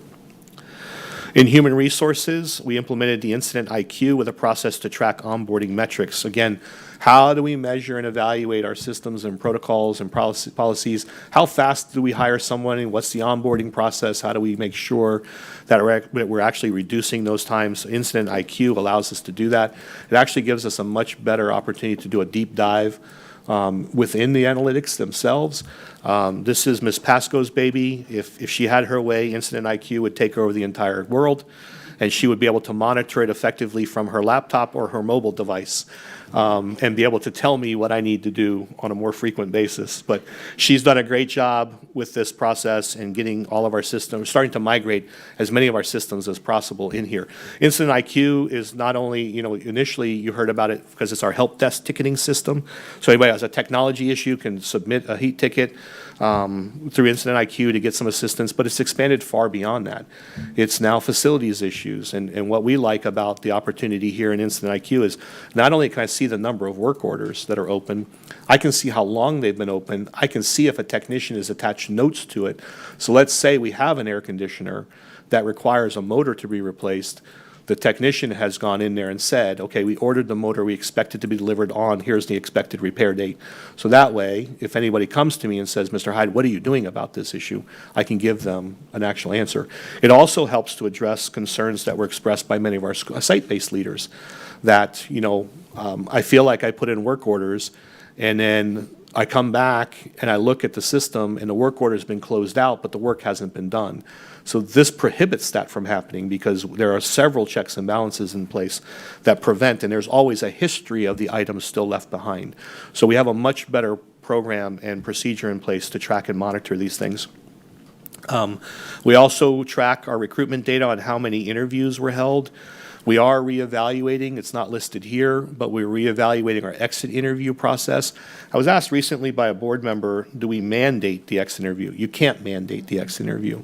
You can provide an opportunity. I do have the data on how many exit interviews we've done over the last 3 to 5 years. But what I've asked for before I send this to you as board members, I'd like to see how many positions left the district and the circumstance. Did they retire? Did they leave?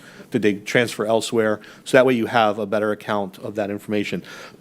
But we are reviewing and revising that process as well. The recruitment team held over 21 job fairs and attended 20 other recruitment events. Again, we are very aggressive on that forefront for instructional positions, school-based positions. One of the areas we just have to do a better job is in the trades.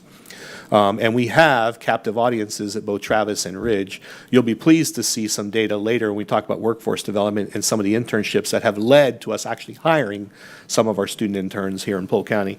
But we do need to do a better job in those areas. If you recall, board members, again, veteran board members, you previously approved an expansion to that team so that there was one group that looked at the instructional side. Now there's another team that looks at the operational side and helps us with recruiting and retaining custodians and other trades. And so we wanted to create that equitable system in there. But that was something we implemented in the 21-22 school year. Recruitment tracked vacancies each week. You get an update from me as frequently as I can to provide you with updates on vacancies and any additional information that you need. We audited our organizational charts. We continue to update the job descriptions and databases as needed. We constantly find opportunities to reflect on our job descriptions and create new opportunities. For example, the student interns that were hired, those required an entirely different type of job description because hiring interns within the district and creating a pathway for payment was the difficulty. And without an approved job description, we weren't able to do some of that. And we had to get creative in how we funneled those dollars. And so it's important for us to constantly review our job descriptions and update those. Implemented a leadership pipeline for feedback from administrative interviews. You recall that we completely revised the training process and the feedback process so that when somebody interviews for a position, they're given more explicit feedback on areas where they can improve. We implemented Florida DOE extensions for teacher temporary certifications. We also implemented extensions for DROP, which was announced very, very, very late. We were very grateful for that. We had to move very quickly to help make sure that that didn't adversely impact any of our potential retirees that wanted to stay within Polk County. We developed targeted recruitment plans for our top schools, our turnaround option schools, and our schools that we've identified as being high needs. So we try to prioritize the placement of staff there and recruitment initiatives because those can be difficult schools to hire for. And we have other schools that have had consistent reoccurring vacancies, so we try and target those as well. We continue to partner with our local college universities. We have a partnership with Polk State College to initiate the Para Academy. We also eliminated barriers to paras making the transition to the classroom. Previously, one of the requirements for a para educator to move and do their internships was that they had to have worked in Polk County for 7 years. We've eliminated that, and it's now been reduced down to 1 year. So that way we can create a faster pipeline for those parties who are truly interested in pursuing, teaching as an option and an opportunity. Recruitment initiated destination education for degree holders to transition to teaching. We also recruitment and implemented a signing day offering 17 high school education academy students a conditional offer of employment. So long as they graduate, and so long as they'll be offered a position or here in Polk County, and then obviously they have to meet the expectation for continual employment. But we're creating that pipeline, right? We're creating a feeder process. And then board members, you recall very recently, it's not listed here, we also revised and created 3 unique pathways for school counselors. And so constantly we are trying to innovate and create opportunities instead of barriers. And, we're a system. Ms. Cunningham once said, made a comment at a board meeting as it relates to the bureaucracy of education. And she's right. And many of you are frustrated by that how do we create, we have all these policies and procedures, and they're all very much written in black and white, right? But the reality of it is the world is 90% gray. And so how do you operate and function in that environment where you have to create some flexibility? So I think what HR has done over the last 2 years has started to show their responsiveness to those needs and being far more receptive to change and innovation and creating opportunities, again, and eliminating those barriers for future success and for our continued success as a school district. In facilities and maintenance, it's a very long list. One of the things I would share here is the list of completed designs. You've received a 5-year capital plan. One of the things I'm really excited about in the 5-year capital plan is when you looked at the budget, you actually see preventative maintenance now included in there. It's a scale up, which is appropriate, but that includes projects like seal coating, striping, redoing basketball courts, redoing tennis courts, those types of things. That typical maintenance that has largely been ignored, and there's 2 new concepts that we're just beginning conversation about. With buildings and grounds in particular. For example, pressure washing and mowing. We don't have enough teams, and yet we keep adding more schools and more acreage to mow. We may find ourselves in a position where, as a school district, we retain the mowing and the ground service for certain schools, and maybe we allow smaller companies to subcontract based off the amount of space.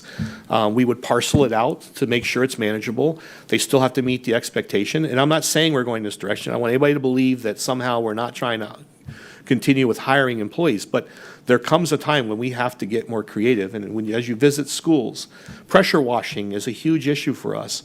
The custodians are working as hard as they can every summer, and so are our grounds and maintenance teams. But pressure washing is an issue, and I know as a principal, one of my biggest concerns was the cleanliness as you came up to my campus. I don't want black spots on the concrete where everybody spit out their gum. I mean, first of all, let's address the gum issue, but secondary to that, what I have found in the summers in particular when I'm visiting our schools, who's pressure washing? Teachers. They're volunteering to come out there and do pressure washing. And yet, we've had a couple get injured as a result of that. So is there a better mechanism for us to get at this type of preventative maintenance each year? Take that burden off the schools. We could supplement it somehow, benefit the local economy and some of our local vendors who ultimately could benefit from that contracted work without diminishing our workforce or having any adverse impact to them. So there's some opportunities here we're going to be discussing, and I think that's important to note. Also with facilities and maintenance, ongoing design projects, ongoing with Cumbie Elementary School wastewater treatment plant, ongoing projects with Homeland Community Farm joint venture. That's an exciting one. As you recall, we received an appropriation last year for this from the legislature, and so that project is moving forward. That's going to create a great field trip location for us to reinforce agriculture with our students and give them an opportunity to come out. There'll be everything from growing areas and basically our own marketplace. There'll also be animal husbandry, chickens and pigs and goats, oh my. There is the random cow that apparently comes onto our property from the neighbor. There's a large pond with tilapia, so we're going to be talking about horticulture with our students. For example, I don't know if you all know, some of you may know this, Ms. Miller may know this, but we actually contract with a gentleman to come and actually take the tilapia out of the pond. And he actually pays us a very small amount for each pound of tilapia he's able to catch and secure. So it's an interesting process, but I think there's plenty of opportunities for our students to learn more in that area, so I'm excited that we made progress on that last year. For the offices, we implemented Bluebeam, a coordination software for more efficient information sharing of changes and revisions during the design development of construction. Facilities is now part of the 21st century. I love that, Mr. Fix. Thank you for adding that. But talk about an entity that largely still operates paper and pencil or email. And that can be hard to trace and manage when information is constantly coming and going. So I'm proud of them for implementing new software there. Our construction department, again, continuing here, construction department, Garner Elementary, South Point, Denison got a new gym. Bartow Elementary Academy is getting an upgrade, AC to Building 1. Lakeland Employee Health Clinic expansion. These are all projects that were started and many were concluded during the last school year. But you can see, in addition to that, building multiple schools. They are a very busy group and they are very lean. I will say, Mr. Fix and his team do an absolute amazing job with the manpower that they have, but they're highly skilled, they're highly talented, And quite frankly, they are an amazing team. And every one of them lends themselves to making sure that our school district is functional. I have yet to have a no from facilities and maintenance. I can come to them with the craziest of ideas, and yet they always seem to find a way to get to yes. And that's what I appreciate about our departments is that, again, we're trying to eliminate barriers. And these are not just projects that I have an interest in, but for example, why aren't we doing the epoxy seal coating on more of our older restrooms so that we get uniformity and we can help address some of the hygiene issues and other issues that have taken place over the years? Far cheaper to do that than to try and remove the tile, abate all of those issues, and then have to put new tile in. So we have used epoxy sealing very successfully in multiple sites. So how are we expediting those? And so they've shifted. The culture in that department has shifted significantly away from, just doing things because I text them or send them a picture of something to systemically, what does this mean for the district? And that's really the most impressive part of the change that I've seen to date. The planning department, again, quite a bit here.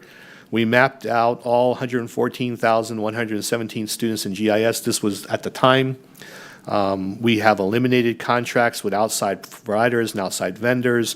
We created new attendance boundaries for South Point Elementary School, Belicita Middle, K-8, I should say, McLaughlin Academy of Excellence. We created 4 possible school board member redistricting options. The board has one option. We will be bringing those back to you again in October for any feedback publicly, because the goal was to get the new redistricting approved by December, was our initial goal, if I recall correctly, Mr. Bridges?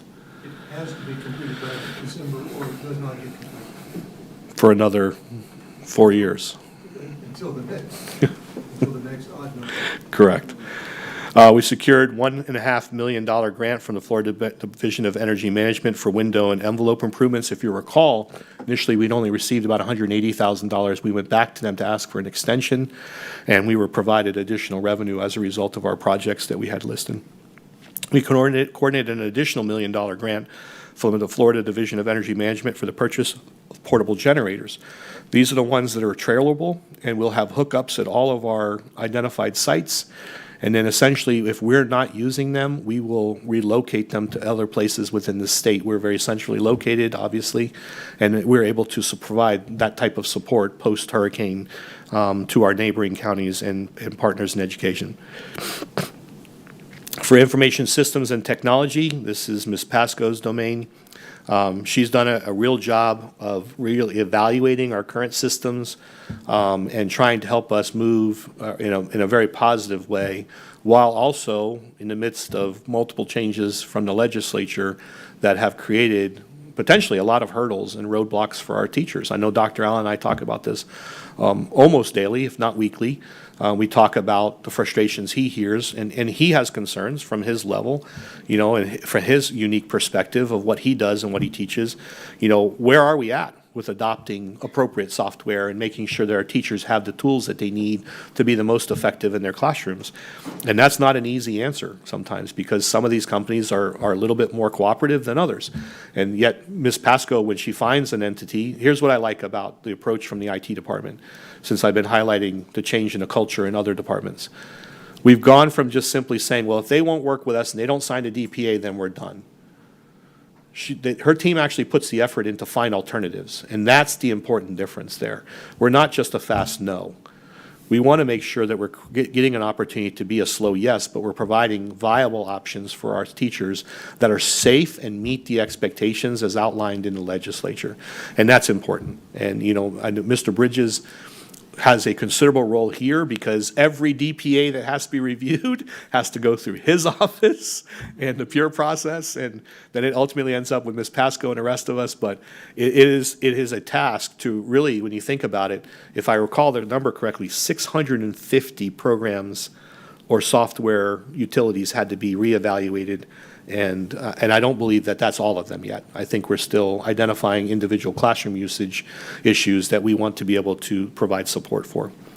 That's all the pre-existing. Correct. Not even the stuff that we've thought about doing. Absolutely. So logistics department, they completed their first district refresh in over 7 years, completed and implemented a professional development plan for building network managers during early release time so that they can best manage that new deployment, but also take on the role of assisting teachers and schools with their ongoing daily issues. It's not just connectivity anymore. There are some instructional issues, Schoology, all the other things that we utilize. So we really need them to be in a place where they can help and assist. Under systems operations, we're responsible for piloting, designing, and implementing Incident IQ. You heard me talk about that earlier. We did implement a new district-wide asset management system for technology asset management. We're currently tracking 316, almost 317,000 devices in our system district-wide. That's a lot.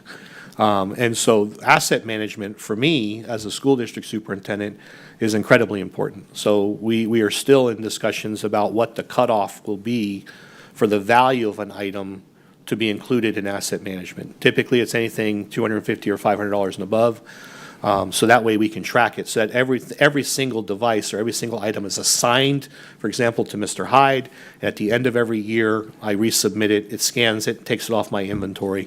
But that's one way we can mitigate loss, right, and theft. And we have to be very careful with those things. And I know as board members, when we first were going one-to-one, there were a lot of questions about, well, how are we going to manage device loss and theft. And quite frankly, to date, it has not been an issue because we have a good management system in place and we have good procedures in place to follow up with students if they fail to return a device. So information systems, we implemented the Focus SSS model for student data collection and threat management, mental wellness and bullying, MTSS, Section 504, ESC and student services.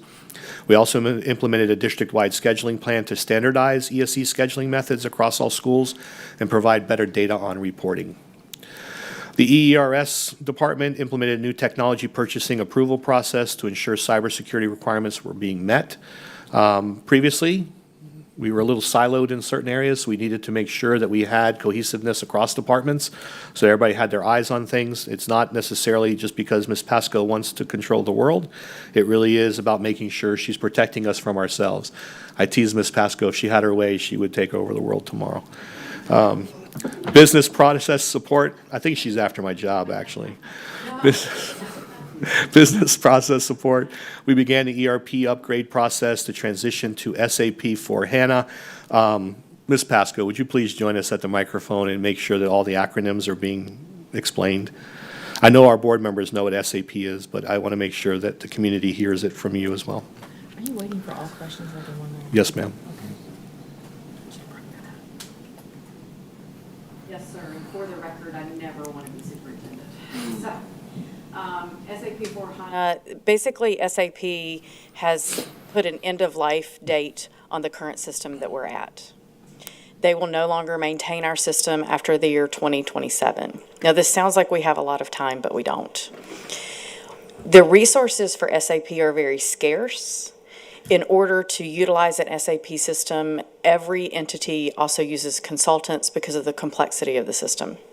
So we need to upgrade by 2025, which means we are currently reevaluating all of our processes, reevaluating our system, and in the world of SAP, for the current version that we're on, they let anybody have any type of database.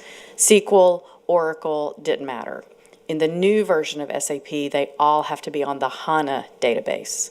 So we're currently transitioning from our database to a Unicode system, which is just what it means, one code, Unicode, that then lets us get to HANA. So all of this work is being done behind the scenes. This is going to be a significant lift for our staff, both on the business side and the IT side. It also gives us many of the other streamlined processes that people have asked for in HR and finance, so they're a big partner with us, and lets us create better processes. It's also easier to utilize and more transparent as we shift from one staff member to another. Thank you. Under software development, data changes were made to align Focus, Schoology, and the roster server, allowing all digital curriculum to be fully rostered in ClassLink and support a full integration with Schoology, which is incredibly important. That is the tool the window in which our teachers reach our students, right? And parents can go in there essentially under a single sign-on approach and get all the information about their child, upcoming assignments, how they're doing academically, attendance, discipline, all the functionality is there. So we've been migrating to Schoology now for a little over 2 years, or almost 2 years. And so it's important for us to make sure that all of these systems communicate effectively. We created the strategic plan app. We also designed and implemented the library book opt-out process for our parents. All that came out of IT last school year. Information, instructional and business technology services, I'm not going to cover all of these. But if you look at the second bullet, you see that we processed 738 Pure requests between April of 2023 and August of 2023 to meet compliance with Florida student data privacy requirements. That is a heavy lift on everyone that's involved. And the Pure process is basically how we evaluate curriculum, software, and other utilities before they're used in classrooms. But because of changes to the law, we had to reevaluate all of these things. So you can see just alone in that short period of time how many items were reviewed by the Pure team and the Pure process. And that, again, that's Ms. Pasco, Mr. Green, Mr. McNaughton, Mr. Bridges, and others who have to take the time to do all of that. So we provided all teacher technology professional learning days with an average attendance of 5,382 participants. We supported district-wide transition from Google Suite to Microsoft 365, including the development and facilitation of over 60 live sessions to support all staff. Created a tech liaison program of 72 classroom teachers to provide technology information to their schools and communicate needs to IST. Thank you, Ms. Pasco. Under academics, we implemented Datacom. Datacom, again, is a process where schools are invited. There's a number of reasons why a school may be invited, but I sit at the table. All of the decision makers are in the room so that if I need to direct resources to a school, I can do so there in a timely manner. And again, all the decision makers are there. It's important that they be there. So as we start to see patterns emerging or issues emerging at the school level, we're able to adequately address them. We increased the instructional coaching support for our schools. You saw that through the reorg. Grades 5 through 8 science and U.S. history teacher cadres were developed. If you recall, we identified high-performing teachers in those areas, and we tapped into them to ask them to coach and mentor and support others. Over 80% of our staff that work directly with students are youth mental health first aid certified. We hit the threshold established by the state last year. We were far lower than that at the beginning of the school year. I believe, if I recall correctly, we were only in the teens or the 20th percentile. So the team worked very aggressively throughout the year to hit that percentage of 80%, which was required by the state. We implemented the learning arcs in course planning. Instructional reviews were started at schools. Instructional reviews, for those of you who may not be familiar with them or having attended one, I would encourage you to attend one if you have not. The instructional team meets. In some instances, the state of Florida Department of Education has staff present. In other cases, we're doing them independent because these are schools we've identified that may not necessarily be on the DA list, differentiated accountability list. And we walk classrooms, we observe instruction, we use their rubric to determine whether or not we need to provide additional supports for staff. It is not about individual teachers. It's about what's happening cohesively or comprehensively across the school. But by default, we can work and assign coaches and support to individual teachers if needed. We revised the school-based coaching meetings. Many of you have heard we significantly revised principals meetings, assistant principals meeting. They're part informational, but far more of the time is now spent on instructional topics and needs, and actually working with them through their own data and other data to make sure that they feel that they can help address these instructional needs on their own campuses. We have provided additional Medicaid billing training to our staff. Again, we moved everyone from IDEA budget back over to the general budget so that we could seek additional reimbursements. So we've retrained staff to make sure that we are maximizing that. And if you recall at the most recent meeting, I provided you with some data about how we're already seeing an increase in the return on investment there because we've seen an increase in our billing submissions. We edited the master scheduling guidelines document to clarify further for school leadership. We revised their lead plan. Partnership with Grand Canyon University on instructional coaching pathway initiatives was launched. We created a gifted curriculum for K-5 gifted pullout classrooms. MSAP grant was implemented starting last school year, and 16 educators representing Polk were recommended for the FAST assessment team. So they were the ones that were in attendance from our school district that provided feedback to the state about cut scores and level scores. Here's our comparison to state performance. You'll see, if you recall last year's State of the District or year in review, you'll see consistency in some of these tables. For the 21-22 school year, you see that how we compare to the state. We are ranked lower than the state in several areas, but we will continue to try and work harder to close that gap. That is our intention, is to make sure that we're closing the gap. We don't have the baseline data yet for grades. That will not be available until October at the earliest. School grades will likely be available come January. The final grades, but we'll wait to see. And just to remind you and to remind the community, no official grades are being issued to schools this year. Why? Two reasons. Number one, it's the first year of the assessment. And number two, there are no learning gains included in this year's scores. And you'll see that here in the next couple, in the table I'll show you here in a moment. Our year-to-year comparison, ELA 21 to 22 to 23, we went down by, excuse me, we went down by 3 points there in ELA. In mathematics, we went down by 1. In Algebra 1, we increased by 2. Geometry, we went down by 1. Science in grade 5, we declined by 5. Science in grade 8, we declined by 3. Civics, we remained neutral. U.S. history, we improved by 1. And biology, we improved in 3. I'm going to touch on attendance data here in a moment as well, because it's important to keep reminding people that chronic absenteeism is our biggest issue right now facing. It's not teacher quality, it's not the length of the school day, it's not the instructional materials, it's really chronic absenteeism and students not being in attendance at school. Here's our algebra trends, and I'm going to keep pointing out some of these because, and I've been using these slides in many of our community forums where I'm presenting. It's important to note that overall algebra performance has gone up in middle school. And why we see 9th grade and 10th grade algebra scores lower is because we're testing more students successfully in grades 7th and 8th in the overall algebra calculation. And yet the only data that ever gets published is 9th and 10th grade algebra performance. Well, guess what? Wake up, everybody. We start teaching algebra in 7th grade. So let's give our teachers and our students the credit they deserve by including them in the overall calculation. And so what you see here is we've seen a considerable improvement over the last 3 years in our middle school algebra attainment, which means we're preparing far more students. These are high school level courses and credit that they're taking at the middle school level. And if they're taking algebra for high school credit in 7th grade, they're taking geometry for high school credit in 8th grade, and we're seeing great data as a result of it. We are looking at 9th and 10th grade. I'm not by no means am I making an excuse for 9th and 10th grade algebra performance? And I will tell you, Mr. McNaughton and the math team know exactly what my expectations are in that regard. And we are exploring some new opportunities. There are some new tools I'm very excited about that may actually help our students. We're talking about double blocking. We're talking about all kinds of different options for these students because we've got to get their math skills up. The other part to that too is I need to be a little bit careful, and I'll provide this, and you board members, you'll see this.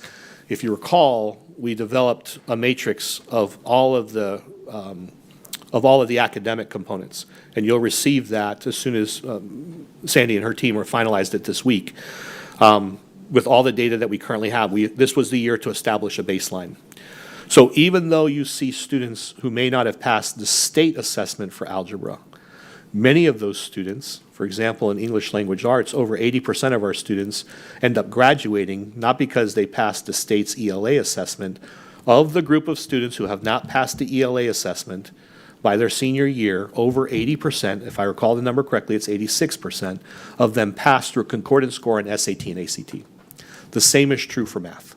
And so our students are meeting graduation requirements by virtue of the SAT, ACT score, but they're not necessarily getting it on the statewide assessment, which calls in, there's a lot of questions that have to be asked there. Is it a testing issue? ELA in particular, I will tell you for reading, many students are frustrated because they were retained or they have been in a reading program since 3rd grade. Now I'm in 10th and 11th and 12th grade, and I'm frustrated because I can never get out of this reading class, so they stop applying themselves. And yet when the ACT, SAT comes around for graduation, they end up being able to be promoted as a result. So we are actually shifting our focus in high school to being more SAT, ACT prep. And now with the new assessment, the CLT, it'll be interesting to see what that new test will do for our students and their outcomes as well. In mathematics in general, you can see here there's a lot of things on these slides. I apologize, but there's a lot of information here. So when you look at the actual bar graph itself, you'll see that math in Polk County, we saw an increase from 2021 to 2022 in learning gains. We don't have learning gains again this year, but it was a considerable improvement from 33% to 44% in that 1 year span of time. Again, we'll get learning gains this school year, but not for last school year, because again, that was the first year of the assessment that was given. And they have to establish the baseline for that data. Also, for math in particular, you see an improvement, an overall improving trend in mathematics, which is a positive thing. The dots and others show statewide data and how we perform against the state. In reading, same thing. District 5-year trend, we do see a downward trend in the overall proficiency score. We saw 2021, 2022, arguably a little bit of stagnation. You recall in 21 and 22, we had great improvement in third grade reading scores. Those third graders continued on that performance trajectory in fourth grade this year, with this most recent school year. However, overall ELA saw a decline, but so did the state. So if you look at the yellow line at the top, overall state proficiency in reading also declined at a commensurate level as Polk County. However, we need to close that gap. We need to match or exceed the state. We need to help set the average, not bring the average down. It's the best way I can say it. But again, in learning gains for the 2 years back to back, from 2020, 2021, and 21, 22, we saw great improvement in our learning gains, which is an indicator. And again, I'm proud of the state. So many years ago, learning gains only took into consideration if a student made a year's worth of growth. Well, if you're a level 1 reader and every year you only make a year's worth of growth, guess what you stay? A level 1 reader. So the state actually modified learning gains. And so in order for us to get credit for learning gains, you have to make more than a year's worth of growth. So you're closing the gap. So I am impressed, and I am proud of the fact that for 2021, or 2020, 2021, and 2021, 2022, we saw improvement in the overall learning gains as well. So, and I would have expected that to continue this year had we gotten learning gains, but we'll see what data they come out with at the end of this school year. Middle school and high school acceleration data. Again, this goes back to the master scheduling reviews. We saw great improvement in middle school acceleration across the board. In fact, many of our schools doubled the number of points that they had earned previously. And that's important. And at high school, we need to continue to focus on those areas, but this is a direct result of the master scheduling reviews that are done each summer to make sure that we're creating the opportunities. We ran a report recently at the start of the school year, and that report basically tells us, are students properly placed in certain classes? And what we found was some were not. Close to 200 students across the district were not placed in the appropriate math or ELA class. And so that information is shared back with the regionals. They then take it back to their school principals, and then they work with them to make sure that those corrections are being made. Now, please understand, in a greater sense, these are not students that were placed in too high a level class. These were students who were actually scoring 3s, 4s, and 5s, but were placed into lower level classes. And so now we've moved those students back to where they should be in more rigorous coursework to continue on with their overall performance. And so I'm grateful that we have a system in place, thanks to Ms. Everett and others, that we're able to pull that report and identify these students who should be in certain classes, but they're not. And so that's a great testament to our ability to monitor and make sure we're putting kids on the right trajectory to have access to these courses and be successful. Career, technical, and adult education. We saw a huge improvement in a number of industry certifications that our students earned last year. In fact, you see that number from 21-22 is at 3,161 students, and in 2022-2023, that number grew to almost 4,100 students. So that is a huge jump in the number of industry certifications. Guess what? Once again, a direct result of master schedule reviews. Are we creating opportunities and acceleration points? Because the master schedule review takes into consideration the acceleration points at high school. And it's important for us to make sure we're maximizing our points there. When you look at our high schools, and the fact that the vast majority of our high schools are graded a C, they're not C high schools. But because of their graduation rate and because of the lack of focus at times on acceleration points, they're losing out on points that would take them to a B. And so we're focusing very heavily there on the academics, on acceleration and on graduation, because those are the points we need to be focused on. And I will stand behind my statements before. We want to have a high graduation rate, but that diploma has to mean something. We are not in the business of socially promoting kids. And so our graduation rate will be our graduation rate. It has been adjusted downward 2 years in a row because the state changed the graduation requirements.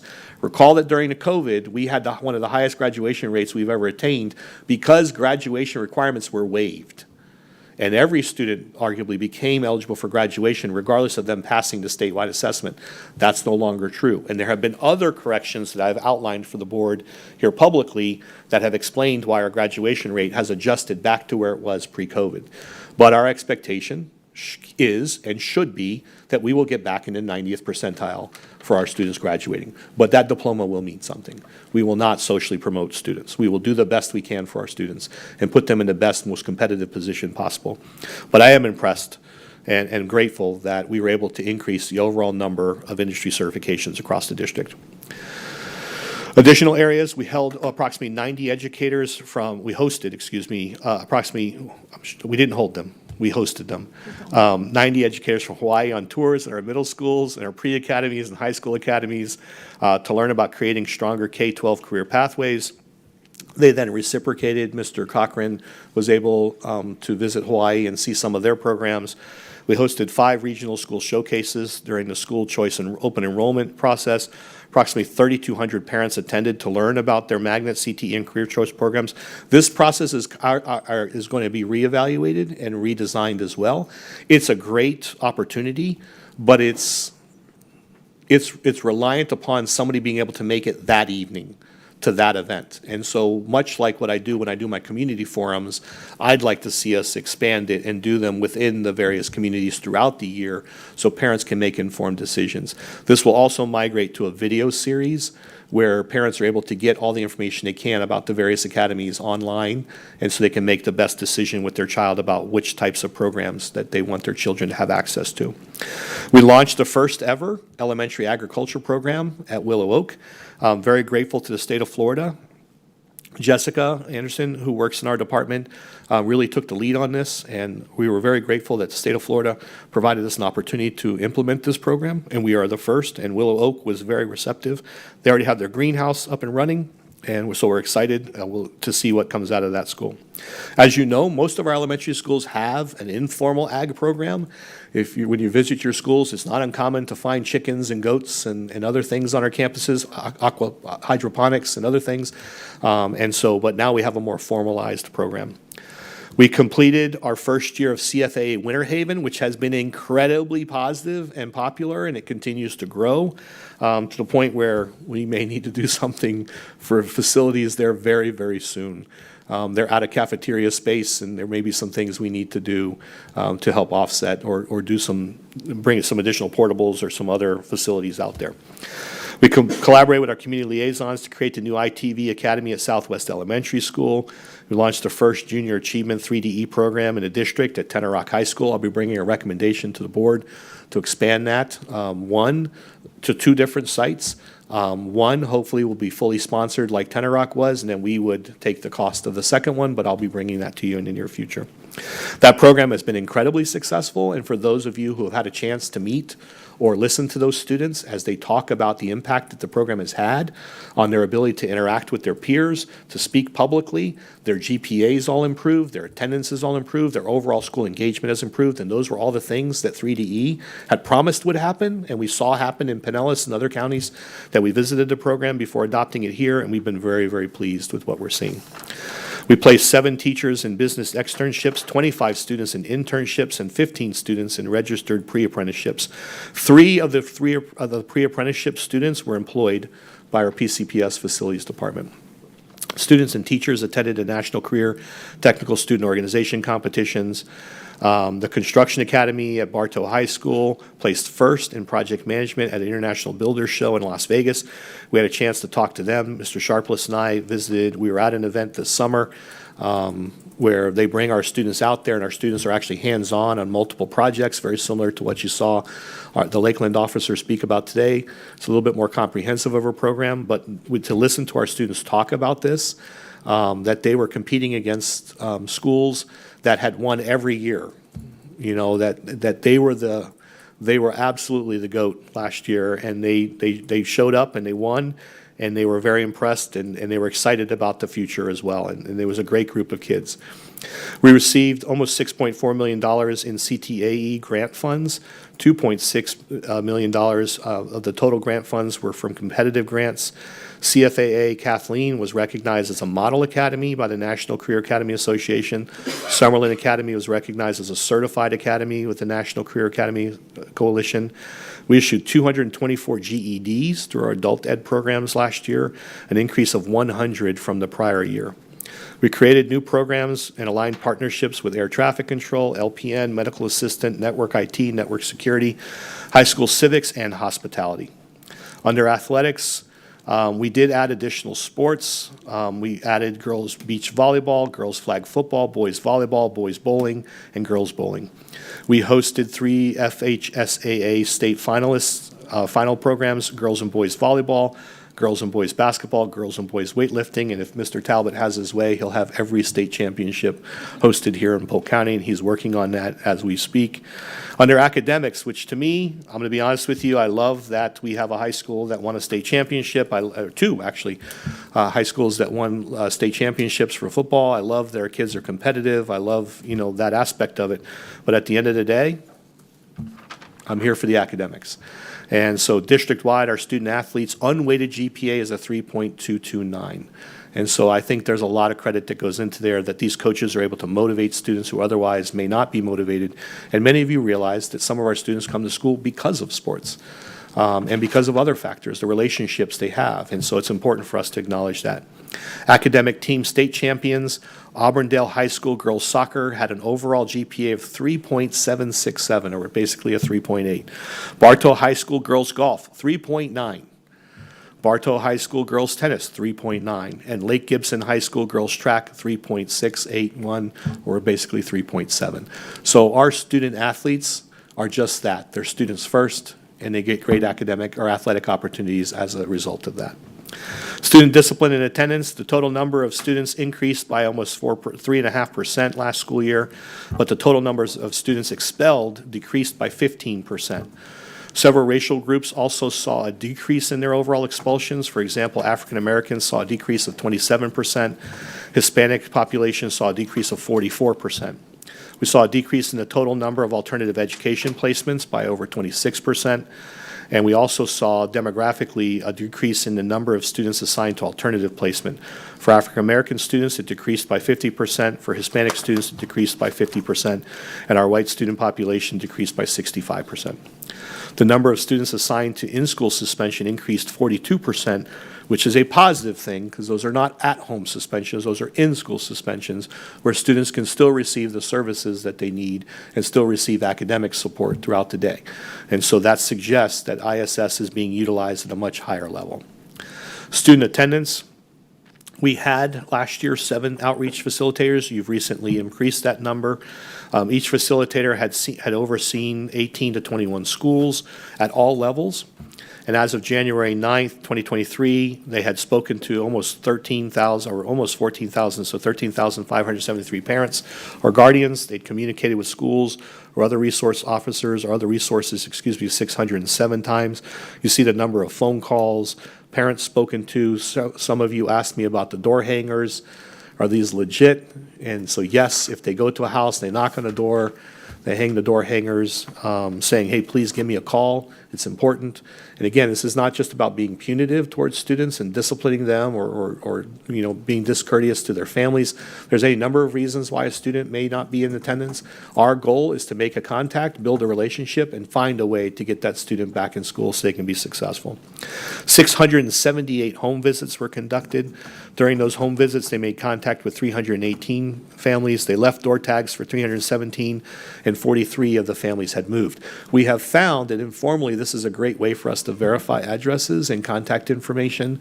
I was recently at the District Advisory Committee meeting last week where attendance was one of the challenges I gave them to help us come up with solutions to address chronic absenteeism. And the team that was there was sharing that what we have found is a lot of the addresses now are inaccurate for these students, but the one thing that remains constant is their cell phone number. So we keep calling them, we try and reach out, we are able to verify their new address, getting the information corrected in our system, which ultimately leads to better communication and relationships with our families. You can see here what we see as far as attendance by race and ethnicity. Not a lot of disparity here amongst our student groups, again, by race.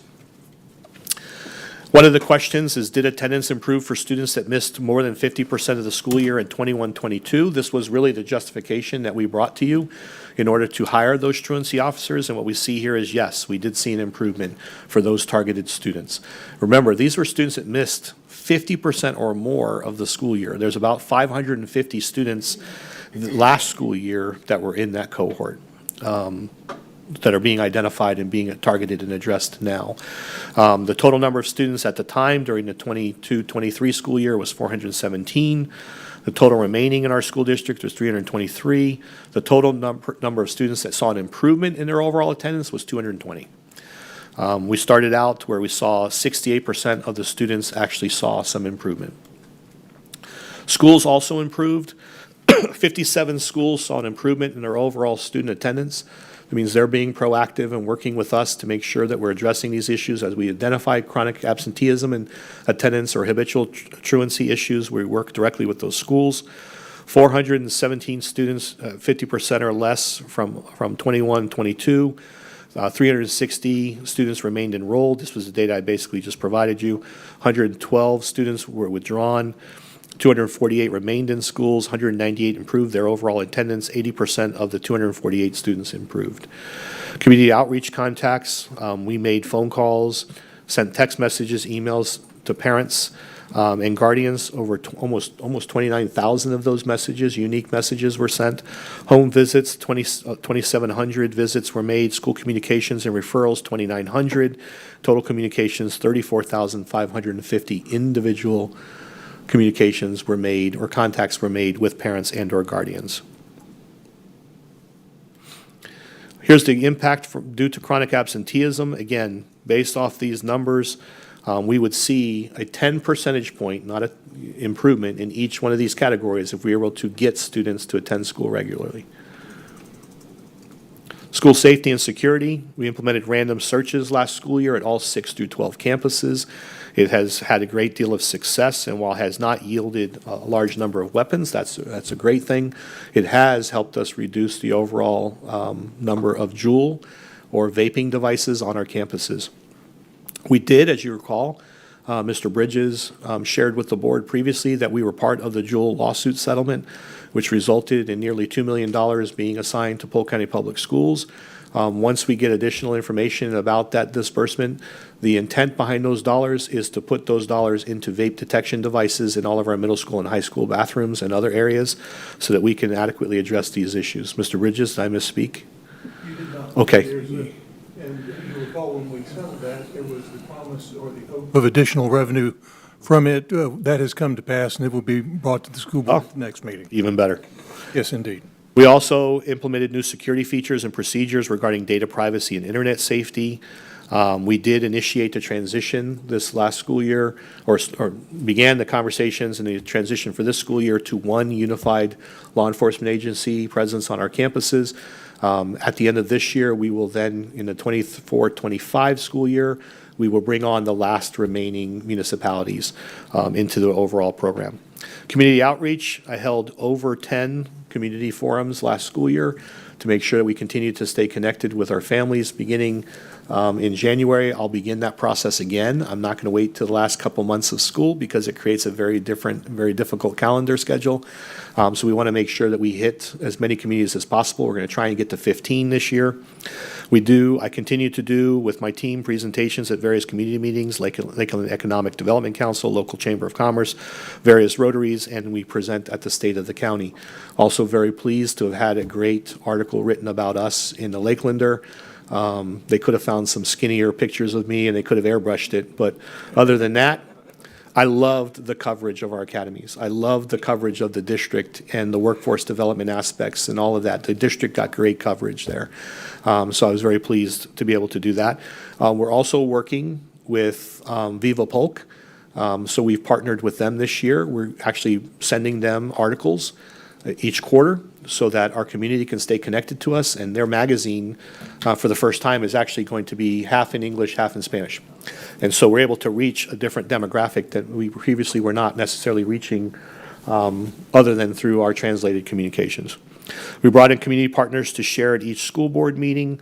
To date, I believe we brought in close to 30.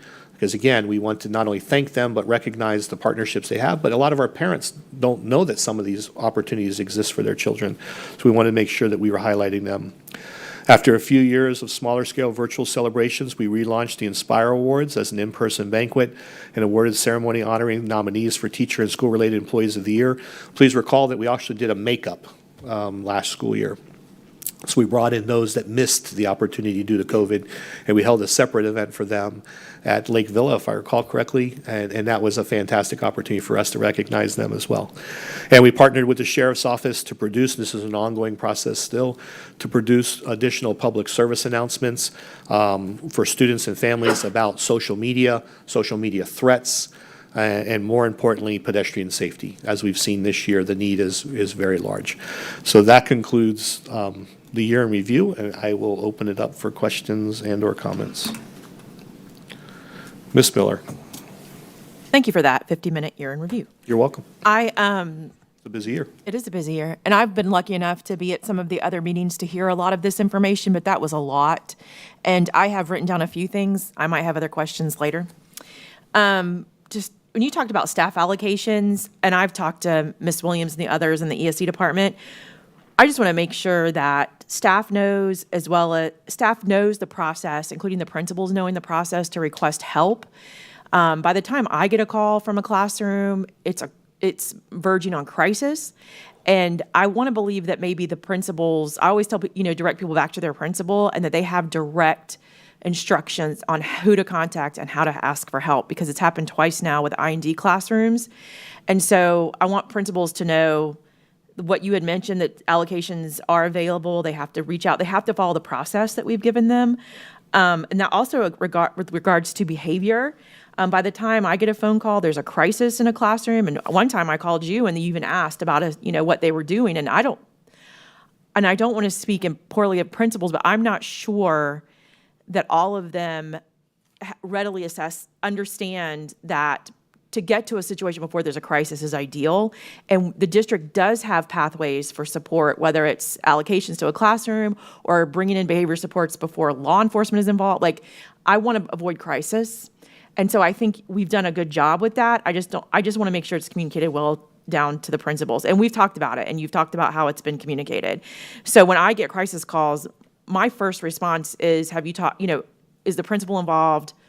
Get your principal involved. They have access to avoid crisis. School payments, you talked about, I laughed. I didn't mean to laugh out loud, but I do understand why our district, as far as finance and some of our processes, are still paper pencil.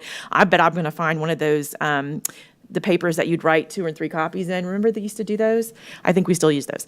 But I've had a couple of high schools ask me, and I've already texted Jason, and he said there is a goal for this, to make payments for things at school electronic. We have schools that you have to buy T-shirts with cash or check, and it's just a lot of people don't carry either one of those. So I think he said there is a goal to make more electronic payments available, and that will be easy for our front staff, and it also will be easy for parents who may not have the cash on them when they arrive. So I was glad to hear we've made improvements in that. Exit interviews, I understand we can't mandate them, but I think HR needs a mandate to offer them. I've been told people have left, and I've said, did you fill out an exit interview? And they said it wasn't offered. So but we do have a system where they are offered exit interviews. And they're informed of their opportunity because they actually receive a letter from HR. Okay. I do have a couple of bright spots I wanted to share that were in your report, because your report has a lot of information and you can't include all the great things. But not only are we expanding opportunities in academies, we've expanded what you know as Project Search at Lakeland Regional. It's not called Project Search, but it's an employment opportunity at both Heart of Florida and Lake Wales for students to be employed at the hospitals and to have on-the-job training and transition through both hospitals. And that's something that I tried to work on years ago, and we couldn't, the collaboration that's now happening with the Lake Wales community is that wasn't in your report, but I want to say that's very much improved, and that's only going to help students, and I think that's important to mention. When you talked about pay and going through, this stuff was at the beginning because I gave up writing notes, but because it's going to be on the YouTube and we can go back and watch it.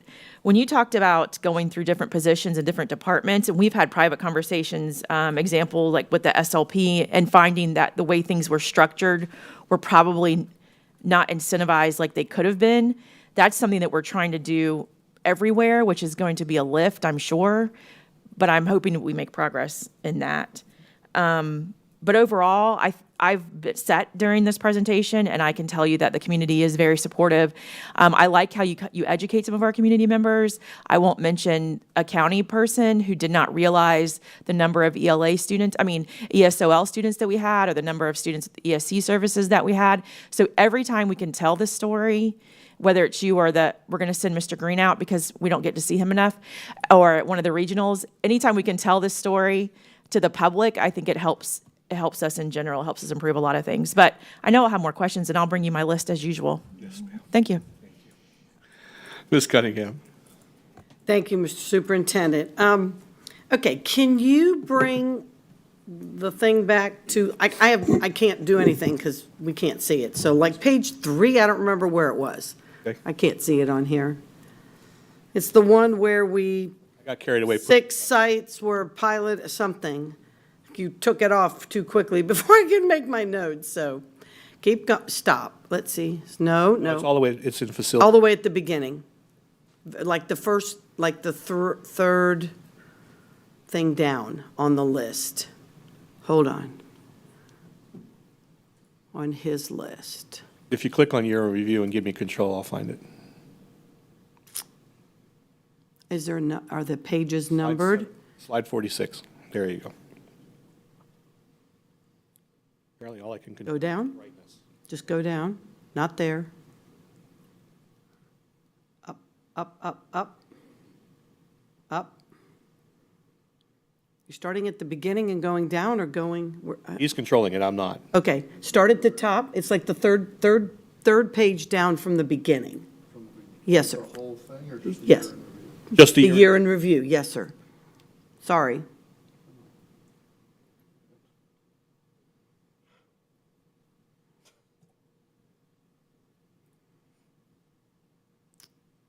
Go up. Go up. Year in review. Okay, now from page 40, I didn't know that because I wrote it down. Now go down one, so I can see them though.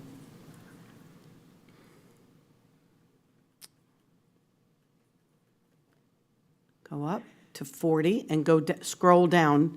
Hit each page so I can read it, and then I can tell you where. Okay, stop. Keep going.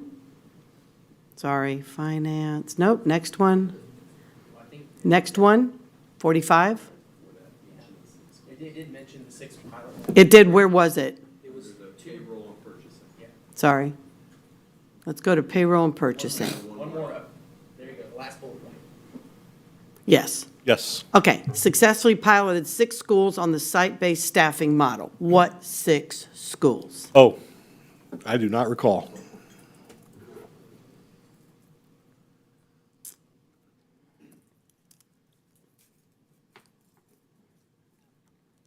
I will get you that answer. Okay, hold on, I'm writing what it is. Hold on, staffing model. Okay, yeah, But it I'd was like to know where that was piloted. It was a variety of schools. We made sure it was elementary, middle, and high. Okay. So that we could get feedback and then begin transitioning all schools to more site-based management. Well, you know where my question will be. Were any of them yours? Correct. Yes, ma'am. On the east side, of course. So that's where that's leading, because I think that's important. Once again, that's Yeah. why I'm on this board. 20 years ago, there was nothing over there, and little by little, we're making progress. So Yes, ma'am. just trying to keep us in the forefront. My next question doesn't pertain to anything here, but there was absolutely not an indication of any science data whatsoever. We did mathematics, we did ELA, and zero science, but I know that the science data from the beginning, whatever the numbers were going down, I want to see a comprehensive review of the science data as well. Yes, ma'am. If that can be included. That'll be included in the baseline data, but I can provide you the analysis on the site. Yes, yes. And then the new software, the Bluebeam. I've never heard of that software. Is that something new in the industry? It just was. It's something new to us. New to us. Like Ms. Miller just indicated, we don't use NCR forms anymore, which are the triplicate forms. If you press down hard, it Right. the white, Right. yellow, and pink pages anymore. Right. And there's nobody here from facilities, but it's not a new software to the industry, it's new to us. New to us only? Yes, ma'am. Okay, I'd like to have somebody contact me about that. I'd like to learn more about Will that do. software. Yes, Thank ma'am. you. And then, you said school board member redistricting options. What for? Is that announced yet or not, or? Okay, who are they and where are they, and? So I might have missed that. I sent the board members 2 or 3 emails now over the last 4 months that had the GIS application, and if you clicked in it and accessed it, there were multiple options for you to review. I did get feedback after that initial wave of redistricting. The concern was that we did it based off student population, not based off of population of the cities. Okay. And so we did go back, we revisited it, so the board received that. I'll resend it to you and make sure that you still have your active access. But it did basically redistrict. Your district in particular sees a significant reduction. And because right now, if I recall correctly off the top of my head, each district will have approximately 103 to 104,000 residents within it. And so your district was the most adversely impacted because of the growth. And so basically, the districts on the west side were least impacted. Districts on the east side were the most impacted. You saw a narrowing of your, in that proposal, you saw a narrowing of your region. And so you'll be able to click on that and see which schools. You can actually, there's a shaded portion as well as your color highlighted portion that would show you any schools that come out of your district. Well, I missed that, ultimately and I reassigned. apologize. No, ma'am, it's okay. Totally missed that. No, ma'am. It may have been while you. Might have been, correct. So maybe we can have a I'll- conversation I'll- after yes, this? ma'am, I'll catch Okay. up with you. I'd appreciate it. And then lastly, could you provide a copy or an email with this PowerPoint in it? It's really important as. You'll actually receive a more descriptive narrative Okay. from me, like you did last time. Okay, I would appreciate that. Yes, ma'am. Okay, But I'll be happy to send this to you as well. all right, sir. Thank you very much. You're That welcome. concludes my questions. Mr. Sharpless. Yeah, I got to say, I didn't, without a review, being able to review this, it's hard for me to come up with questions that it's a lot being thrown at you. I like to be able to review and look through it all. But one that just did pop up, you mentioned, visiting during one of these instructional reviews. Is there a way for us board members to find out when those things are happening? So that way, we could actually attend, because I don't know. I did sit through one with Spook Hill, but I don't know of any other. So that would just help me if I could find out when so I could sit Ms. through Winchester can work with with Yvette, Ms. Vega, and make sure that you know which ones are available within your district. Okay. And this would not be an appropriate time for questions about the redistricting. We're going to have that, correct? Another time for You that? can ask a question. Well, I was just curious with the redistricting of board member districts. Have we looked at, because, it's getting kind of, we've got people that have already filed to run for these offices.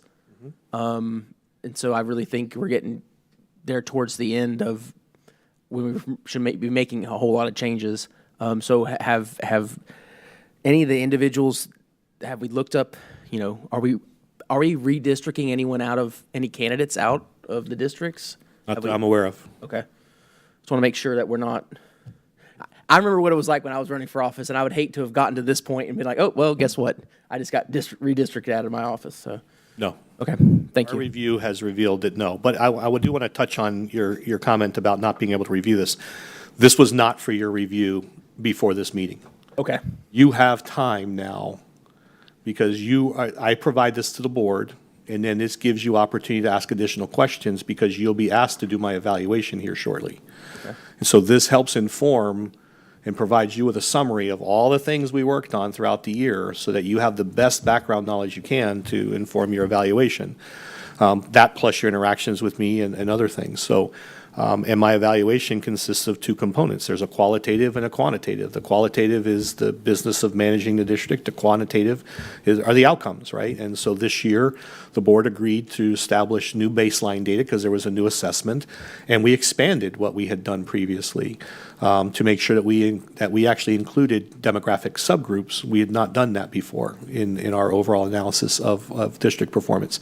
So again, you have plenty of time to ask additional questions and to seek further clarification. It was not intended for you to come in prepared today for questions. The year in review is really my way of summarizing the work that we've done as a team to try and highlight as many of those key areas as possible.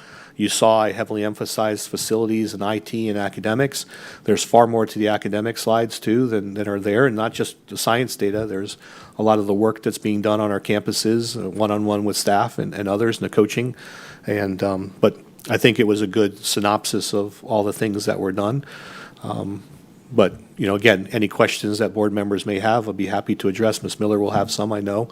She always comes to me each week with a list, and as all of you do. So I'm always receptive, and I always respond back as quickly as I can, so I will definitely do the follow-up. But please, it just allowed me to explain that normally, if this were any other presentation and you were going to be asked to vote or anything else in the future, you would get it ahead of time. Okay. But it was not intended to be that way. So Understood. Thank you. Dr. Allen. Yeah, I was just going to say thanks for the review here. As a faculty member, we have a chance every summer to do a FAR, which is a faculty activity report. It focuses in on teaching, scholarship, and service to the college. So it's typically a daunting process, but it gives you an opportunity to reflect back on the past year. So I just want to commend you on pulling all this together. I think about your cabinet and your staff members and collecting all this data. I look forward to definitely sifting through it. And again, I just want to say appreciate the work and the opportunity to reflect. 50 minutes cannot demonstrate the excellent work that's been done around our district. So thank you. Thank you. Mr. Nolte. I agree with what Dr. Allen just said. Sort of reminds me of President Reagan's plan of leadership. Surround yourself with great people. Obviously you have, and I thought it was highly enlightening, and it was an excellent presentation, and keep up the good work. Thank you, sir. All right, last item before the board, Mr. Warren.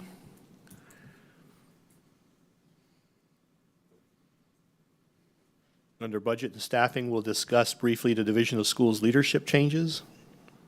Good afternoon. If you wanted to take a look with me there, please. I wanted to discuss with you the Division of Schools. There's a summary of leadership changes that we're presenting to you today. There have been recent leadership changes and resignations that necessitate adjustments be made to ensure that the needs of schools and school leaders are met. As such, to address these critical vacancies, the following changes are necessary for the school board to review. First is we will take the Senior Director of School Transformation. That is a position that has currently been vacated, and we will downgrade that to a principal on assignment, and then we'll post that position.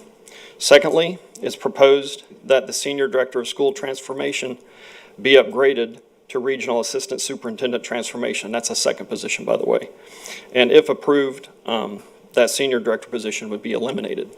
This comes with an overall cost savings of about $10,987, and you also saw an updated org structure attached to this presentation as well. If this is moved forward, you'll see it at your next board meeting for your consideration. That will be all. Mr. Warren, I think I wore him out with my 50-minute long year in review. I do not see any questions or comments, sir. You're good. Mr. Chair, that concludes the workshop for today. Thank you, Superintendent Hyde. So the next item on the agenda is actually to hear from you. And if you have any items that you would like to bring before the board in regards to your committee work, now would be the time. So I will look to see if you have anything to give a report on. And at this point, we've got some in order. So I'm going to start with Ms. Miller. You are recognized. Thanks so much, Mr. Chair. I'm going to accidentally call someone Madam Chair because I'm used to that. I'm sorry. I do have one, and Miss Yvette Vega will send this out. I sit on the Head Start Pre-K committee, and there is a conflict with my next meeting, which is this Thursday. So you're going to get an email to see if anyone's available to attend that, which is going to be a really important meeting because there'll be some votes taken, I'm sure, and they'll need quorum, but they're probably going to discuss what we did today. I was asked to join Lake Alfred City Commission in an event that's been rescheduled for that day, so it's caused a conflict. So I hope someone can attend. I know it's last minute, but if you sit on that committee, even as a visitor, you'll get to see, you'll get to meet people that represent different pre-Ks across the county and understand that need that we discussed today. And how vital it is. So I'm hoping someone can attend that, but if not, I will get a report to share at the next work session of what was discussed. Thank you. Thank you, Ms. Miller. And next would be ABD, Mr. Sharpless. All but dissertation. Oh, thank you. I do want to say one thing, two things. First, on September 18th, I was able to, I believe it was September 18th. Sorry, but Board Member Miller asked me to step in for her with Polk Education Foundation, which is her responsibility, and I got to attend their teacher-to-teacher connection developer awards, where they were able to award grants. And I just want to say from that, first of all, PEF that does a great job of that. In awarding our teachers, and also our teachers are doing some really innovative things in the classroom. I know they're going to have an expo to highlight those next month, and I highly suggest board members going to it because the funds that are available to help with those projects come through PEF, and it's something that we should be supporting. But kudos to all the teachers who won those developer grants. Another thing, FSBA, I know I'm a alternate on the board of directors there. I was supposed to be going Thursday and Friday to a conference in FSBA, and I just want to publicly say I had to cancel my reservations because of some family issues, but I did do that in time to where our district will not be losing any funds for the registration or the hotel. So I think that's a good thing. We were able to get that canceled and ahead of time. And speaking about that, I just personally, I'm going to try to say this without getting emotional. Just want to thank everyone in the district, my fellow board members, the staff, the superintendent, everyone for reaching out to me, asking me how my wife's doing after some complications with our child, with her because of of her operation. So I just want to say thank you to everyone who it feels great to be loved and to know people truly care. And with that, that's all I have. Thank you, Mr. Sharpless. Any other business to come before the board? All right. At this time, this meeting will be adjourned. Wow. Heavy-handed with that.